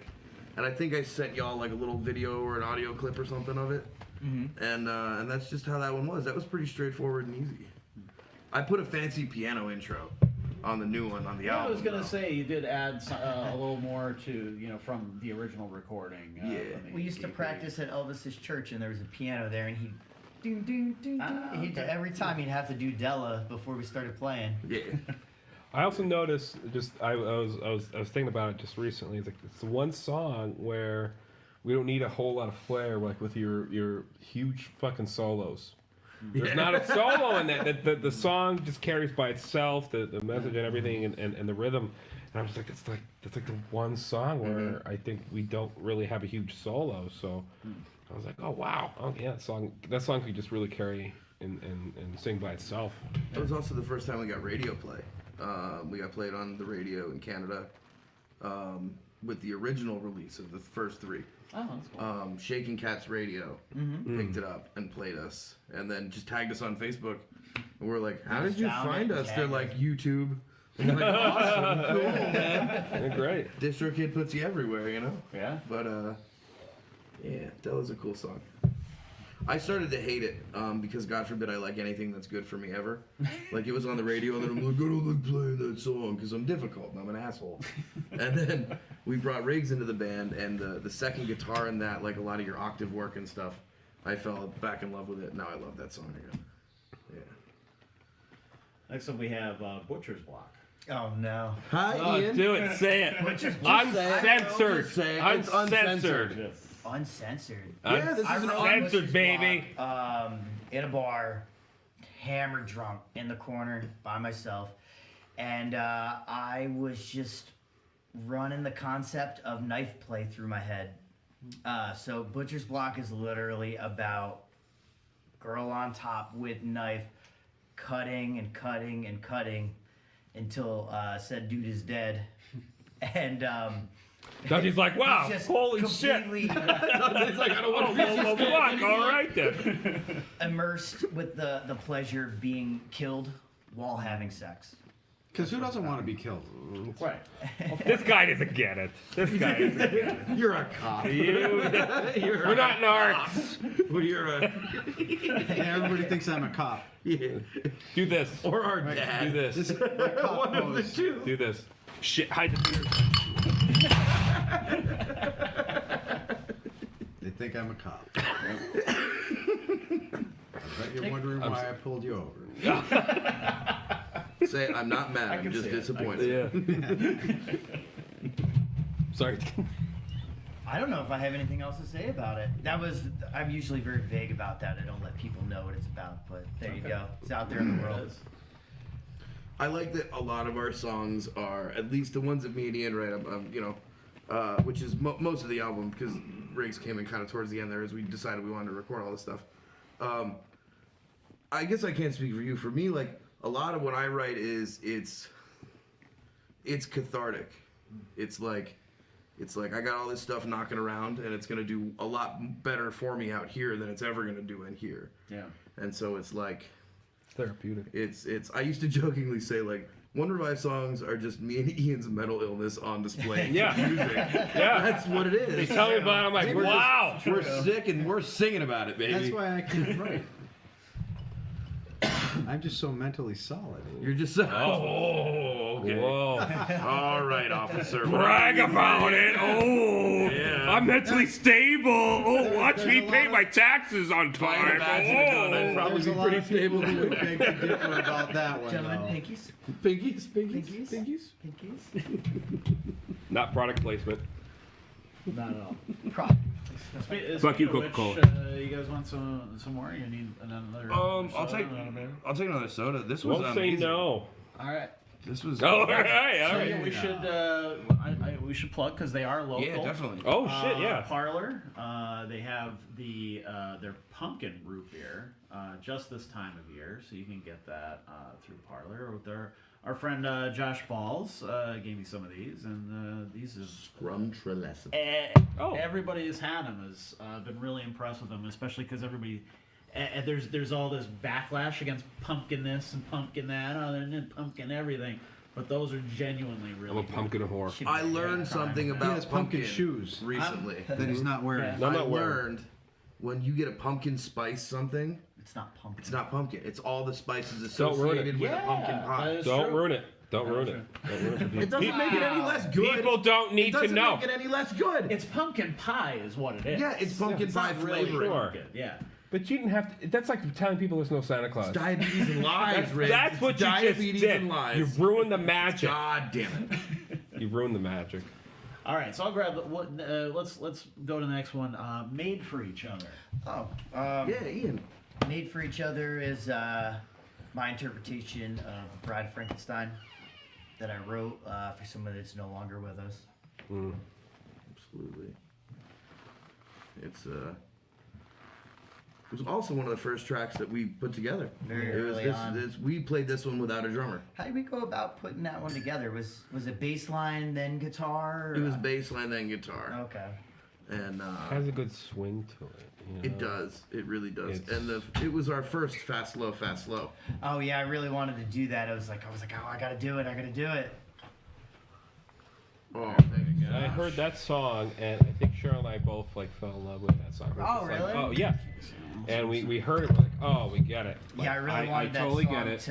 oh, that's the soda. to like kind of like draw you in with a groove and then slap you with a punk beat. Yeah. Yeah. It's kind of like like the attractive girl that slaps you. Yeah, absolutely. The elusive woman. Which totally fits too. That's, It fits the whole theme there. I heard that song, and I was just like, I know exactly what I want to do to that song. Like, I heard it, I was like, oh, this song's so good. They asked me, they said, hey, you want to join the band? I'm like, I know exactly what I want to do. I know it. I just knew it. I would listen to their songs on Spotify, and I was He's like, just hanging out. I'm just like, wow. Before I he know was it. even in the band. I was like, what? I heard it in my head. Guitars. I really, it's one of those weird things where you just hear something and you're like, that song's so good. And like, hey, you want to do something? Like, oh, what would I add? What would I do? Stop fucking bragging. And I just heard, I was like, oh, like, hey, I got this little ditty thing here. And they liked it. And if you heard both versions, you would hear the difference. And I was like, I have to put that in there. I had the tremolo effect. Tremolo. Tremolo. oh, the fight's over the tremolo. So, but anyway, so that's. I love that song. I like that song a lot. I had to throw all that in there. It's a great tune. We got Write It Out. Brian introduces this song. So I had a lot of thought about this song. I did. At one point, I was about like, hey, this song's about how no matter what anybody says, and I was I was very much like, it started to feel like I was smelling my own farts and loving it. Like, that's how it felt to say this after a while. Who doesn't? And well, of course I did. Y'all are lucky I've been holding them in for the last hour. But Thank so you. you're very welcome. You're going home My with me couch there, thanks sweet you, cheeks. too. Yeah. But so like, I say this thing like, the song's about how no matter what anybody says or does, we're all just fucking pieces of shit. And then we start playing the song, and a person I love very much had said something to me about it, and they're like, that's just stupid, man. Like, what the fuck does that even mean? Like, you sound like, and they said it a lot in kinder ways than that the first time. And, but so I came to the realization, Write It Out is about when everyone in their life is going to be at one point the worst version of themselves that they will ever be. Like, that's a truth. At one point, you're the worst version of you that will ever exist. And I feel like in those moments we know we're there, and it's like, all you got to do is write it out and keep making decisions, try and make better decisions, and things will get better. You just got to write it out and get through it and get it the hell over with and be the person you're supposed to be. And that's a far more reasonable thing to say about it than we're all just pieces of shit. You know what I mean? When you're at a punk show, that resonates well. Yeah, it's Not saying punks are pieces of shit, just saying that punks are able to. They're very two sides of the same coin. Did you just backpedal? I did Yeah, back you then. Watch me go. I'm just saying. I've done very terrible things. I'm a big punk rocker. I've done terrible things. I've done awful things. I don't like to brag about it all the time. When Old Daggers was here, very similar. Yeah, I'm just saying, like punks can flip on you very quickly, and they could both be like, "Hey man, you need something really quick? Listen, put on these. You need shoes here. I got some shoes. I need you to use those shoes to kick in this fucking door right now, so we can get the fuck in here, so we can get warm tonight." I'm just saying that like there's a duality. Yeah. To punk rockers, and we're punk rockers are the most real people I know. Yeah. And but they'll flip on you as soon as you do something stupid. Yeah. They'll beat the shit out of you at the same time. So like just the most, like the lyrics. yes, right, It's exactly. so That, much more I hatred, was there's trying to nothing I pedal won't to do. that way, but shit, fuck, going down the wrong fucking Watch route. your fucking And back. I have to fucking now go back that this just road might here turn on you. because I'm just saying like punk rockers get it. The most real people I know are punk rockers. And as soon as you fuck up, they're gonna let you know. And I feel like, hey, like he said, we've all done some shitty things. And I feel like the most real music, and in my opinion, the most real music is punk rock. And I think that resonates with the audience that we performed for the most part.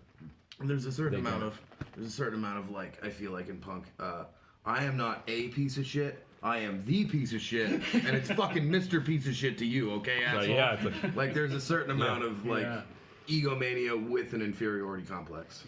Like, let's go with that. cheers, bud. It sounds like a song is being written right now. Right. Let me get my notebook back out. So we have Embargo up next.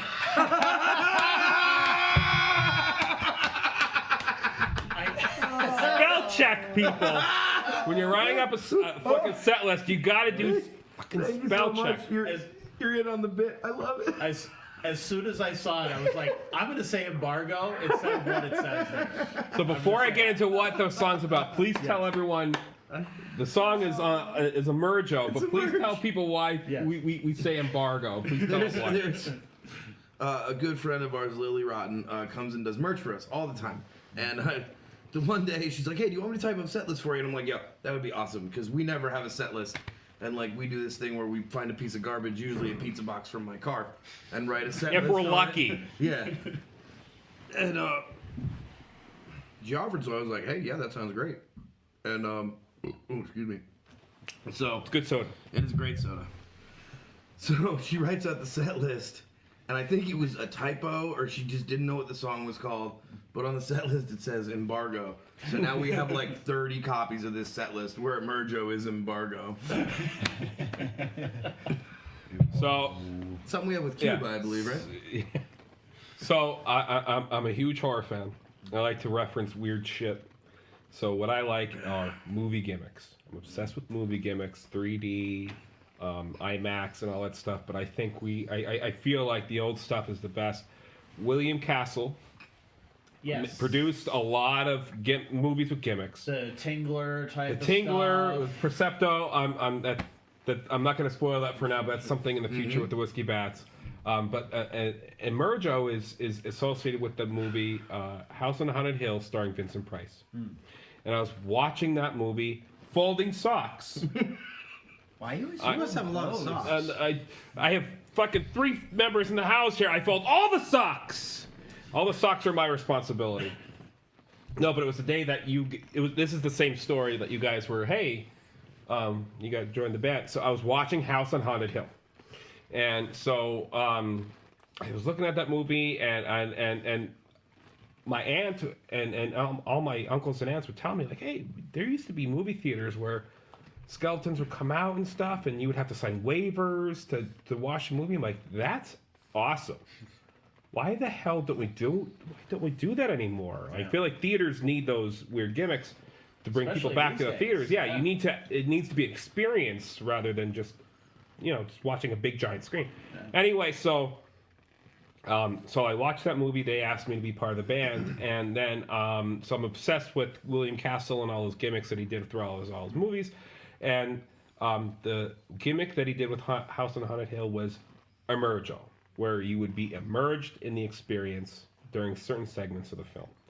And I thought, I was writing this lick, and I thought, this would be great with an upright bass part to it. So this was my full contribution to One Revive to fully make me emerged into the band. Yeah. And so I thought, here's the song I have. And first, the first drummer we had just couldn't keep up with the song.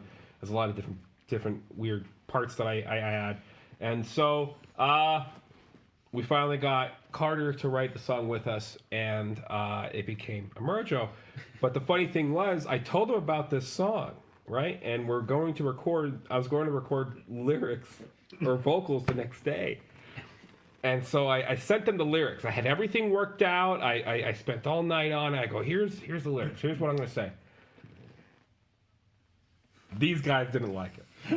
They were not crazy about it. And so I said, like 10, 11 o'clock at night, I'm about to go in the studio around noon or something like that next day. And they're like, hey, man, listen, dude, we're not crazy about this, man. Like, that's not what we do. Like, that's that's something, I know you do, but we're not crazy about it. I'm like, oh, fuck. I worked really hard on this, you guys. Oh, no. So what am I gonna, what am I gonna do in there? I'm just like, well, I'm gonna do it. They're like, just do it, just see what happens. And now it's, Great. I thought, what, I'm not gonna do what I do in other bands. I'm gonna sing it very differently. I have a whole different idea, and so they're I don't want to say doubt, but it's fucking doubt. Okay, it's doubt. So I'm just like, I'm gonna do something so different.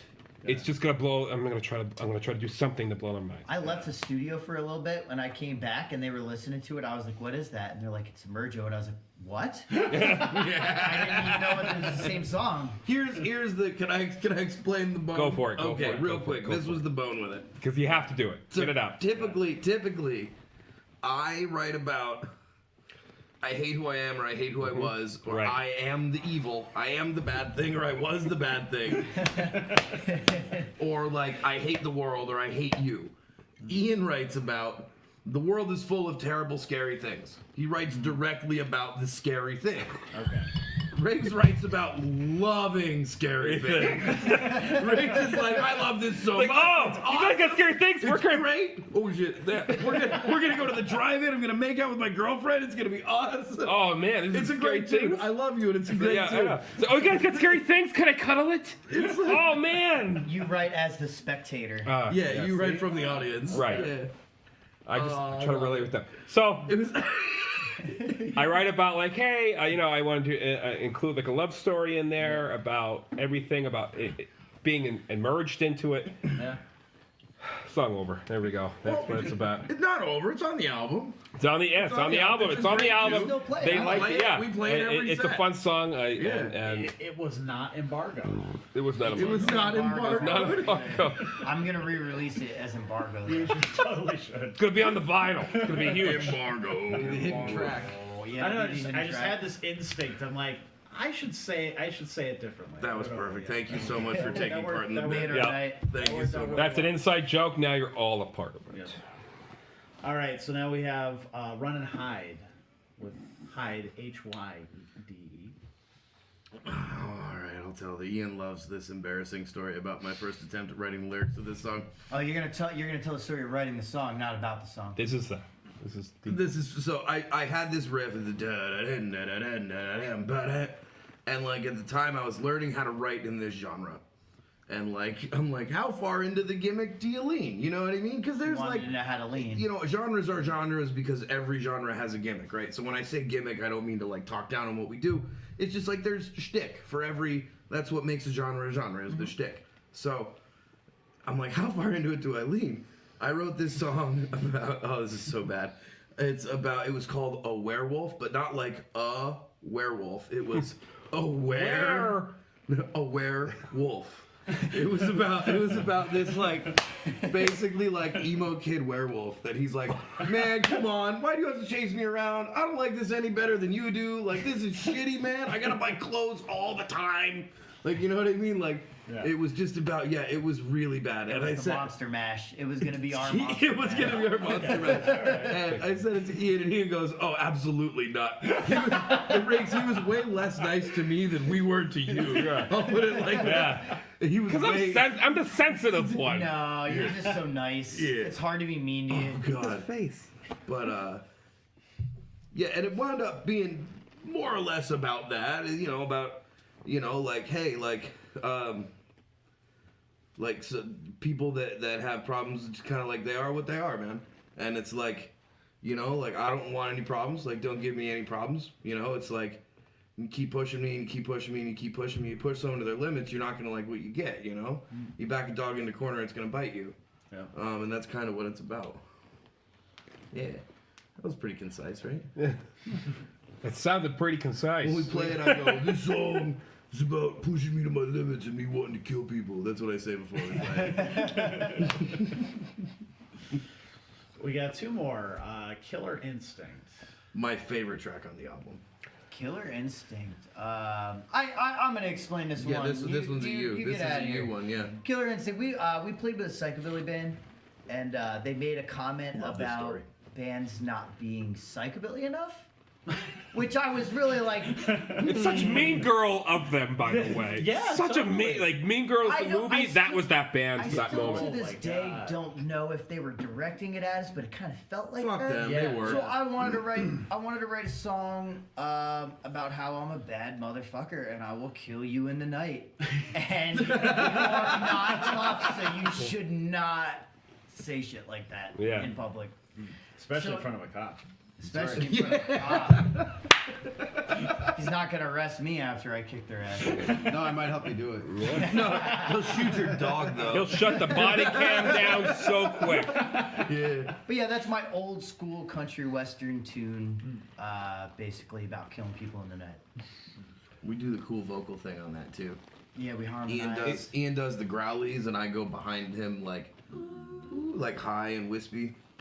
It's real cool. It's funny when we recorded it. I have to give Vic the credit that he deserves on this. Oh, he had I mean, it was They told me like I barely know slide guitar, right? I barely know how to use a slide, and I just kind of like started learning. So they wrote the song, and it had a somewhat structure. And when we tried to write it originally with Carter, they're like, we're gonna base the lyrics around this certain lick that you have on the slide. And so I was like, oh, okay, I'll just do that every other measure, so we know that like, oh, okay, that's where it's gonna go. And when it was put together, I'm like, oh no, like we're not gonna use we're not gonna be able to use this. It's a mess. It's just We went into that song. We brought that into the studio, not completely written, and then we wrote it in the studio. yeah. It is very raw. I mean, if you ever heard the original version, you'd just be like, ew.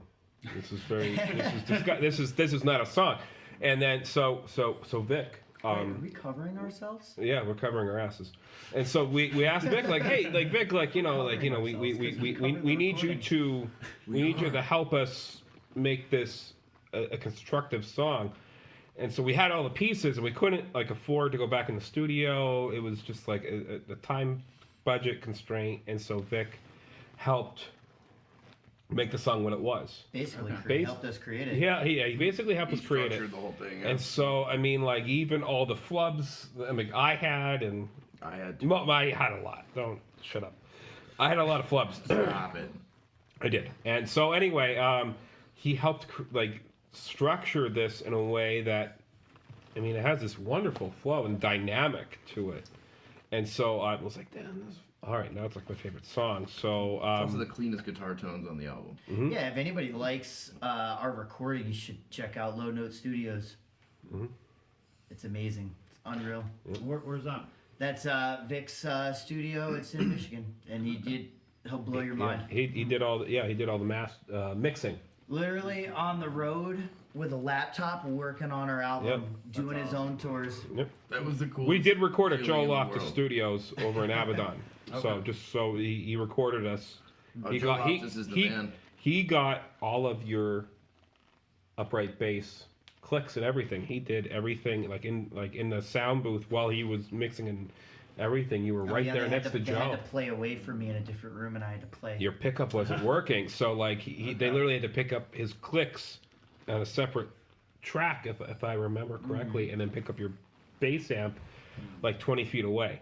And so Joe Loftus was like, "Oh, I could figure that out," and Vic was able to help. It's Put amazing. that He together. does so many different genres there, Mm-hmm. and they all sound so good. Like I don't know how he's able to master. But it doesn't that. sound It's like every incredible. mix was done by the same No, guy. it doesn't. No. It really doesn't. It's what would serve the track. Yeah. That's I've been what's going to him about for it, over yeah. 20 years. I trust Joe Loftus with any project.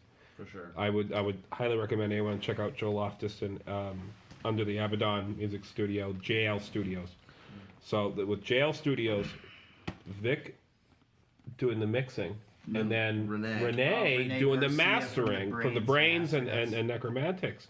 I mean, the names on this album and how it came to be. I mean, it's just like it's. You know, when I played it for Mark for Waxpacks, he's like, I need this to be the first release of Waxpacks Records.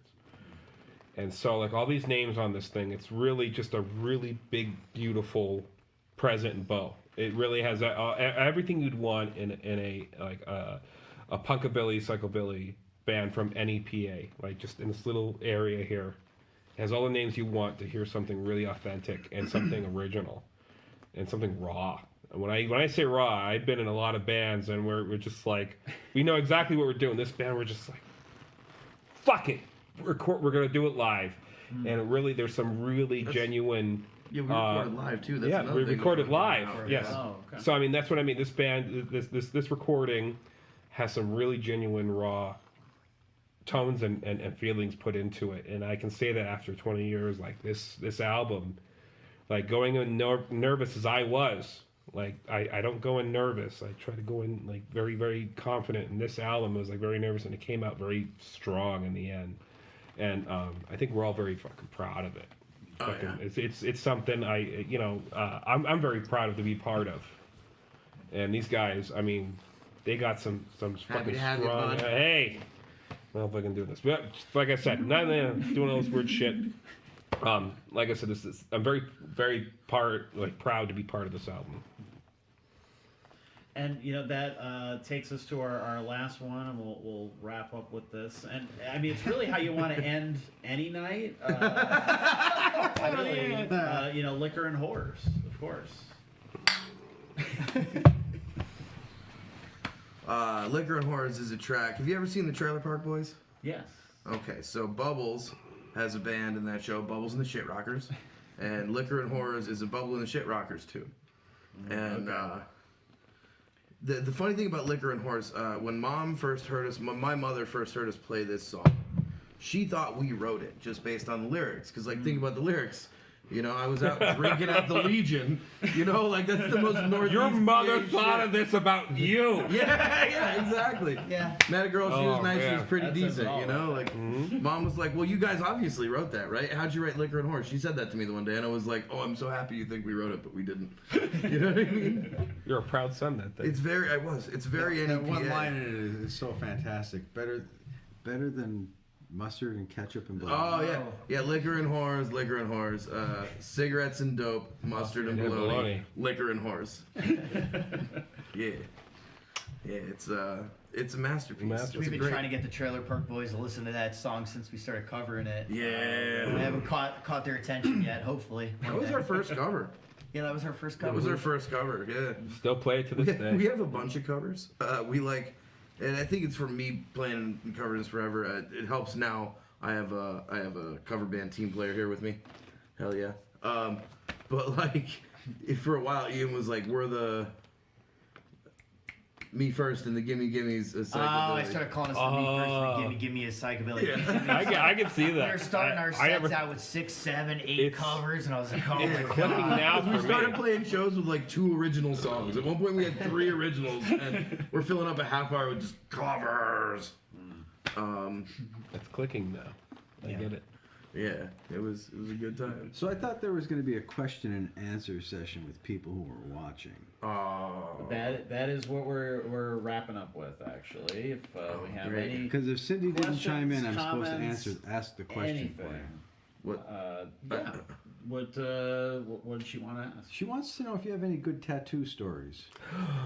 Oh no, Brian. My mom's watching this, and Mom, it's okay. I got him now. yeah, no, I do not. I'm watching you this. I do not. You try and tell my mother what to do. You know what? You have. Raise You know what you Yeah, do? Mama You Tool come Raise out, Supreme. see us live, and after the gig, you come out to Brian and you ask him that question yourself. All right, you come out to see One Revived anywhere, he'll tell you. He'll tell you in person. I got some stupid tattoos. I'll give you that much. I have the world's best butt tattoo. You have to stay tuned for that. You better Yeah, be get ready. a link to Bucks there for. We're gonna post the link to my linker tree and my And his OnlyFans. OnlyFans. Be there, you know what I mean? It's gonna be all good. Oh no. And if you're not ready for it, you Get might you want to some. drink some whiskey Yeah. before you see this. Well, that's why it's liquor before horror. Yep. I'll put the album cover up on screen. I will not put his ass up on screen. Sorry. Oh, Shame. Sorry. okay. We don't have any sorry. pictures of that. Yeah. I think YouTube would just destroy it, or Facebook would take it down. That is a really nice cover, by the way. Did you guys, Thank get you. that done? All right. Well, We have a so T-shirt there- with that cover on it. Yeah. So we spent so much. Is this a nightmare? There were moments during the production of this album where that was the most fitting title for it. Like, is this a fucking nightmare? We bounced back and forth for 2 weeks, probably trying to get that freaking name, just that Yeah. title. And Ian cover. goes like, "Is this a nightmare?" And I was like, Wait a minute. "Hold on, say that again." Wait, say that again. That could have been the title used for my first gig with you guys. Oh, we got to tell that story. So we're in Ohio. We are in Youngstown, Ohio. Warren. Warren, Ohio. We're in Warren, Ohio at the Rockabilly Ruckus. And by the way, very nice people. This is nothing against them. Oh, they, don't, yeah. they don't control the Everyone weather. was They were really nice in amazing. Ohio. Well planned out, everything. Yeah, so we're at the Rockabilly Ruckus, and we get there, and we're set. Ooh, excuse me. Some good That's soda. that soda. So we get there, we're setting up. It's drizzling a little bit, but just a little bit. We're under a big pavilion. It's not that big a deal. Big pavilion, little bit of Big drizzle. pavilion. Like, you would be like, Oh, if Yeah, like it could have We're rained gonna be moderately, and it would have been okay. yeah. we're gonna be fine. Like, So we start playing the intro. We get through the intro. We start playing Cross the Bear.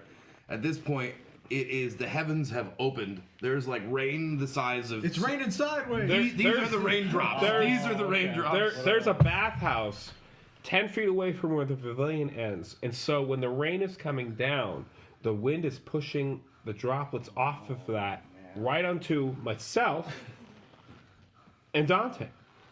And Now- it's not just drizzle though. It's like buckets of rain. It's just it's pouring on us. Monsoonish. We were ready to just be like, well, this is how we die.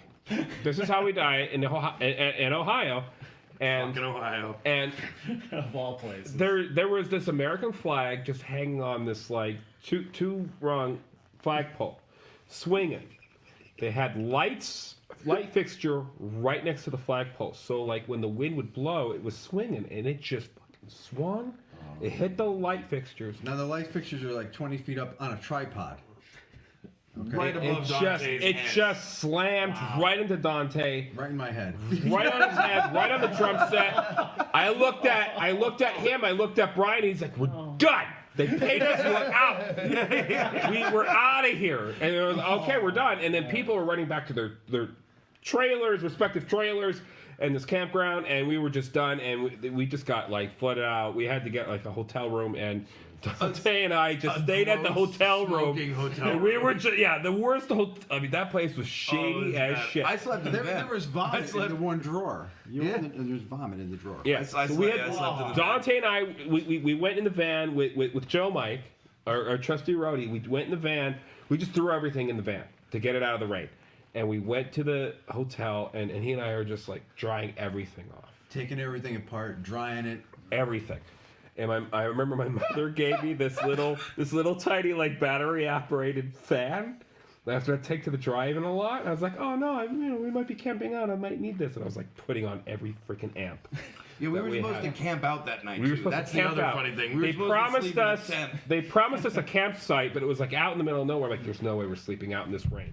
There's no way. Even if like, there's just we all thought, oh, someone could sleep out in a sleeping bag, whatever. No, That was gonna be it was impossible to sleep in that van with all that equipment with 5 grown-ass dudes, Sweaty, smelly, sweaty, disgusting, angry. And the ants. I wasn't The angry. ants. There were so many. Who has ants in their van? Oh yeah, we had. We there was a brought rain. It was ants. a rented van, so it wasn't our ants. We're not gonna say It wasn't our ants. It wasn't our ants, but I noticed as soon as I jumped in that damn van, I'm like, oh, there's an ant. Oh, that must have came off our equipment from being out in the sun.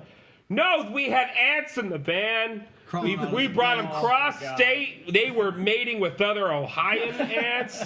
Ohioan? Ohioan? Ohioan. What the fuck would you call them? Ohioan? Ohio. What would you There's call an them? O at the end of Ohio. Ohioan. Ohioan. Ohioan? What would you call people from Ohio Ohio? ants. A lot of things. Have you read about Ants from Ohio? Ohio. Well, what would you call the ants from Ohio? Ants. You're a dick. Ohioan ants. They made some super species ants, and we called the owner. We're like, "There's ants in the van." He's like, "Oh yeah, that's just what happens." And we're like, out of the van. So there was the ants floor. in the goddamn van. Like, okay, so this It was. wasn't that big a deal. It was a big deal. They took my Snaps pizza. They took it. They took the damn Snaps pizza. My whole lunch all weekend was ruined. If you're not from PA, Snaps pizza can just be left out in the van. You could eat it all weekend. So they took my damn Snaps, and so we're just like, oh my god, this is like a tour from hell. This is like something you would write in your autobiography. Like, oh, I remember Is this my a first time. nightmare? Is this a nightmare? Nightmare? Yeah. Fucking ants in the van. It was a good time. Well, we can say that now. Here's the thing. Dante can say it wasn't a good time, and I'm not going to give him shit because he got assaulted by a lion. I have played It worse. wasn't that bad. I have played worse, right? I think we all can say we played It was a worse. good time. Sean. We can in laugh about it Pittsburgh, now. we had a barbecue behind the van in a parking lot outside of VFW. And pictures to prove it. Yeah. And pictures prove it, yeah. we met a band that came from China. They were called Round Eye. A bunch of white dudes from Shanghai, China, in a punk I mean, band when I called say Brown white Eye. dudes, my God. You would some of them love are from them. Europe, They're good. right? So they're in so America for good. the first time. We're like, hey, you want some fucking burgers? They're like, hey, can you cook out here? We're like, we didn't ask. We gave the venue gave us a The venue shows giant up, they're like, here's a big, huge jar 10-pound of block of cheese. pickles. The jar of pickles is bigger than my And amp cab. The giant, there's a can this big and it was banana pudding. Like, who is a can of banana So we pudding? gave it to them. we gave all this shit We to the gave dudes all from this China. shit to these guys from China, and they're like, welcome Oh, to the- America! The pork and beans too into the giant can. Yeah, we just gave them all because they didn't have food, and they're like, we'll take anything. Like, welcome to America. Take anything, Here's like we'll a give you a 10-gallon thing of pickles. Here, take it. They were just like, yes. They were so stoked. Oh, they were stoked. They were so happy to eat was a just great night. food. It was wild. It was a wild weekend. We got some good friends. Hey, out there. and then you know we went what? to We did mall it. that We you did guys it. were. We went to the Return of the Living Dead Mall. Dawn of the Dead. Dawn of the Dead Mall. I don't watch these movies. Monroeville Mall. Yeah, Yeah.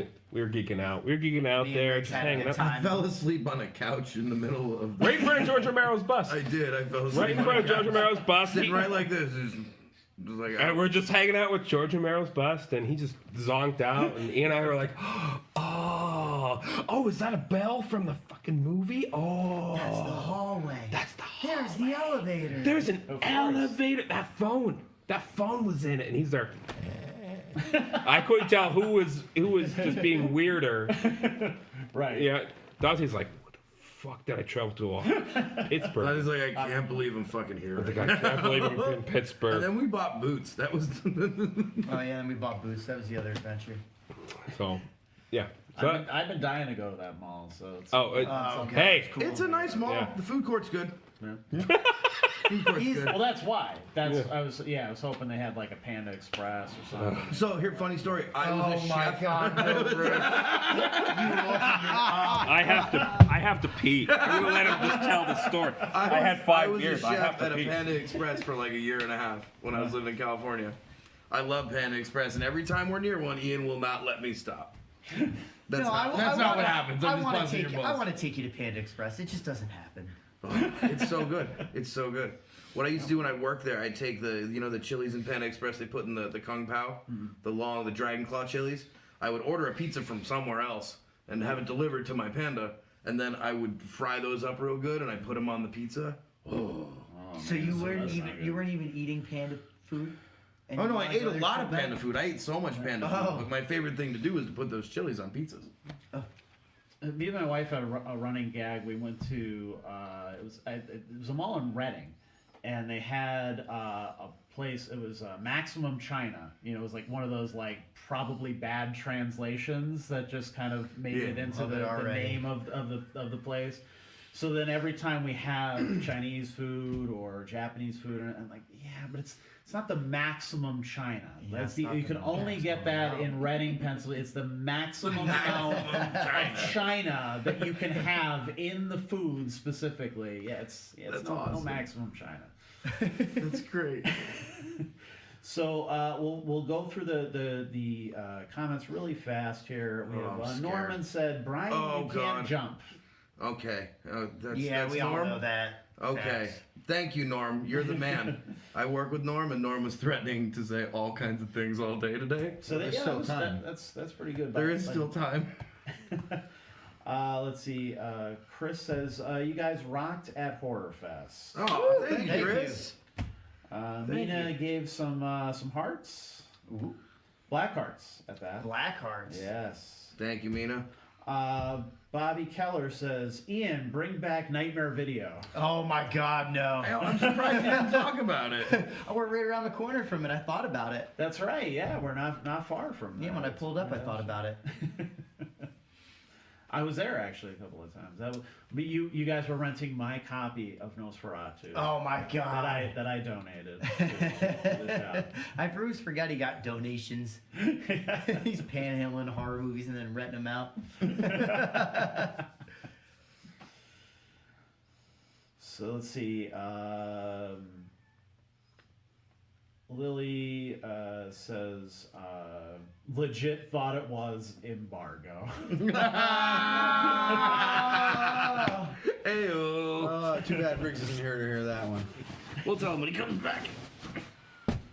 Yeah, there was plenty of laughing emojis during that story. So not the only ones who found that amusing.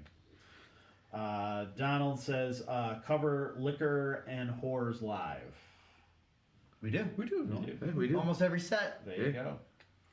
And Unless there's kids around. Then... Yeah, if there's kids around, you're missing out. Yeah, if it's a don't say fuck show, you really probably shouldn't play Liquor and Horror. I hate don't That's a say good way fuck to put shows. it, the Don't Say Fuck show. Yeah. Or keep Brian with his clothes on shows. Hey now. Annie says, will you play more local shows? Annie Markowski Tool. Yes. Yeah, that's my mom. We'll think about it, Ma. Love you.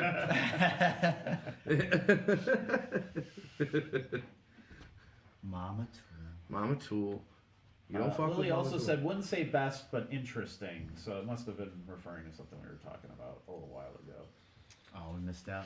Lily thought it was goes embargo. legit thought it was embargo. Lily thought it was embargo. She There you didn't go. miss I She know. didn't misspell it. She actually. No one knows 1960s William Castle. Stop. I mean, it's not in the history books, kids. Go. Yeah, I mean, I've seen House on Haunted Hill a bunch of times, but that didn't click for whatever reason. Well, because they didn't have those gimmicks back, you know, There you go. and during these times, so. So disappointed. I know. I think It's they have them at Disney World, though. But it's different Yeah. when it's the Swedish chef. Right, yeah, a little different. yeah, you have to pay a lot of money for that, but not back in the 60s. No. Kids, your life sucks. Sorry. So we'll wrap up. One Revive's debut album, Is This a Nightmare, is available now on all major streaming platforms. And you said you guys have a show coming up at Wax Packs Records, so we'll plug that and any other shows you might have. So we have a coming up on which we did not forget about in any way. We have a show on November 3rd. It's a Friday. It's next Friday. At the Kennel. That was the Frankie Bat show that he canceled. That then the gentleman at the Kennel. That's Yeah. not our fault. They canceled it and then they brought it back. Yeah. I mean, we're playing it. We didn't do anything wrong yet. Yeah. They, We didn't miss it. they revived it. Oh, he did the thing! He did the thing! It is a one revived show, that's for sure.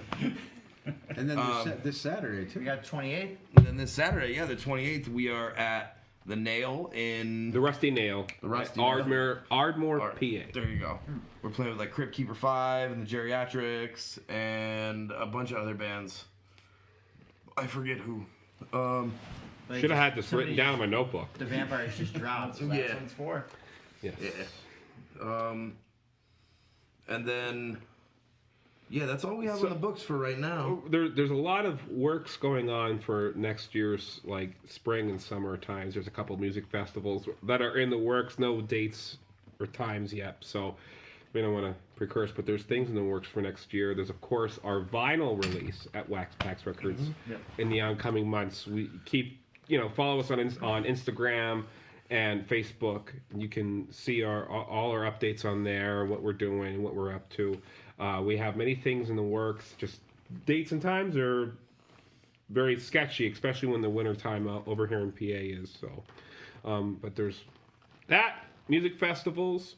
I think there's a possible music video Bats have going anything on. coming up? Bats have anything coming up?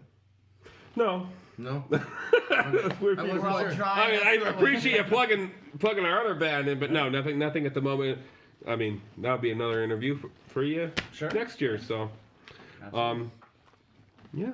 So we got things coming. Just waiting for dates and announcements. Every local band on Facebook ever. Big things on the way, bro. Music coming soon. Big things coming. Now you need to back it up. Yeah. Well, the thing is, there will be announcements. We are just not legally obliged to. When we were talking about album names, because me and Ian have been like, we're gonna record now. It took us 2 years to get an album out.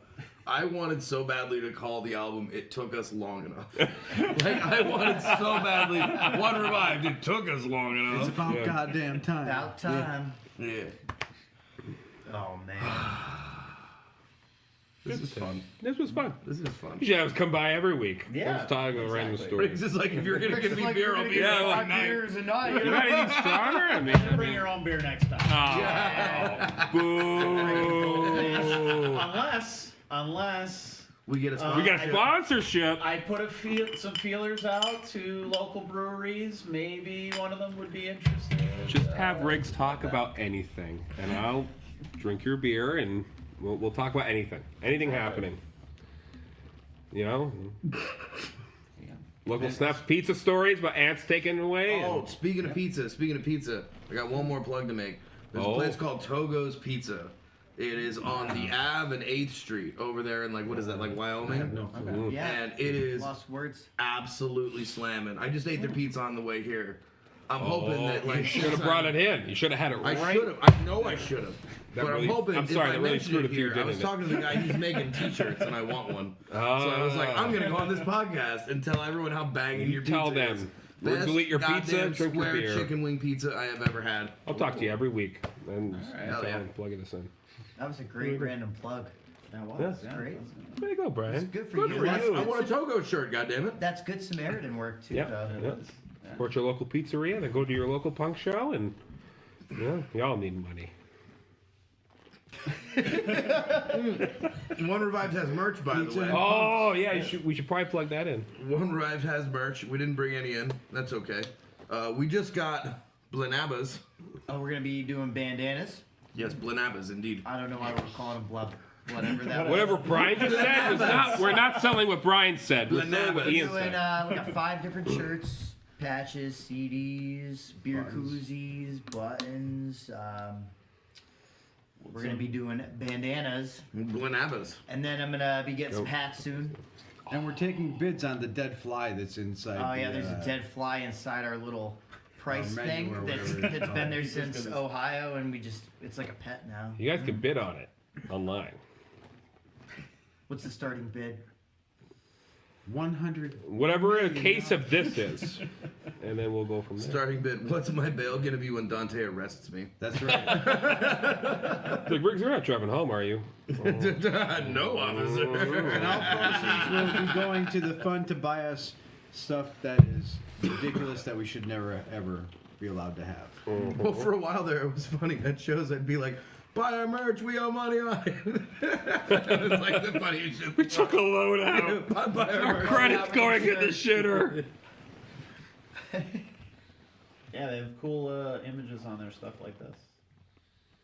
Oh, nice. Put it up on the screen. Ooh. Ooh. Yeah, they can follow us on DistroKid, but you can follow us on Spotify, YouTube, Amazon, Facebook. Facebook. That's the social medias. But anywhere where you listen to music, you will find us. So, but if you want to support us that way, that's one way you can do it. But you can find, buy our merch and hook us up. Book us anywhere you find us online. And we're going to have that new thing on Facebook called Sit on My Facebook. What? Oh my God! No more beer for Well, Dante. yeah. Dante, put away your water. Enough water for you. Yeah, that's water. Here, Mr. have a Leahy, beer. I'm sure it is. It might be vodka. I don't know. That's gonna be his Halloween costume. He's gonna be the liquor smurf. Oh my God! You should be the liquor smurf. I would totally be Randy if you would be the liquor smurf. I would absolutely be Randy.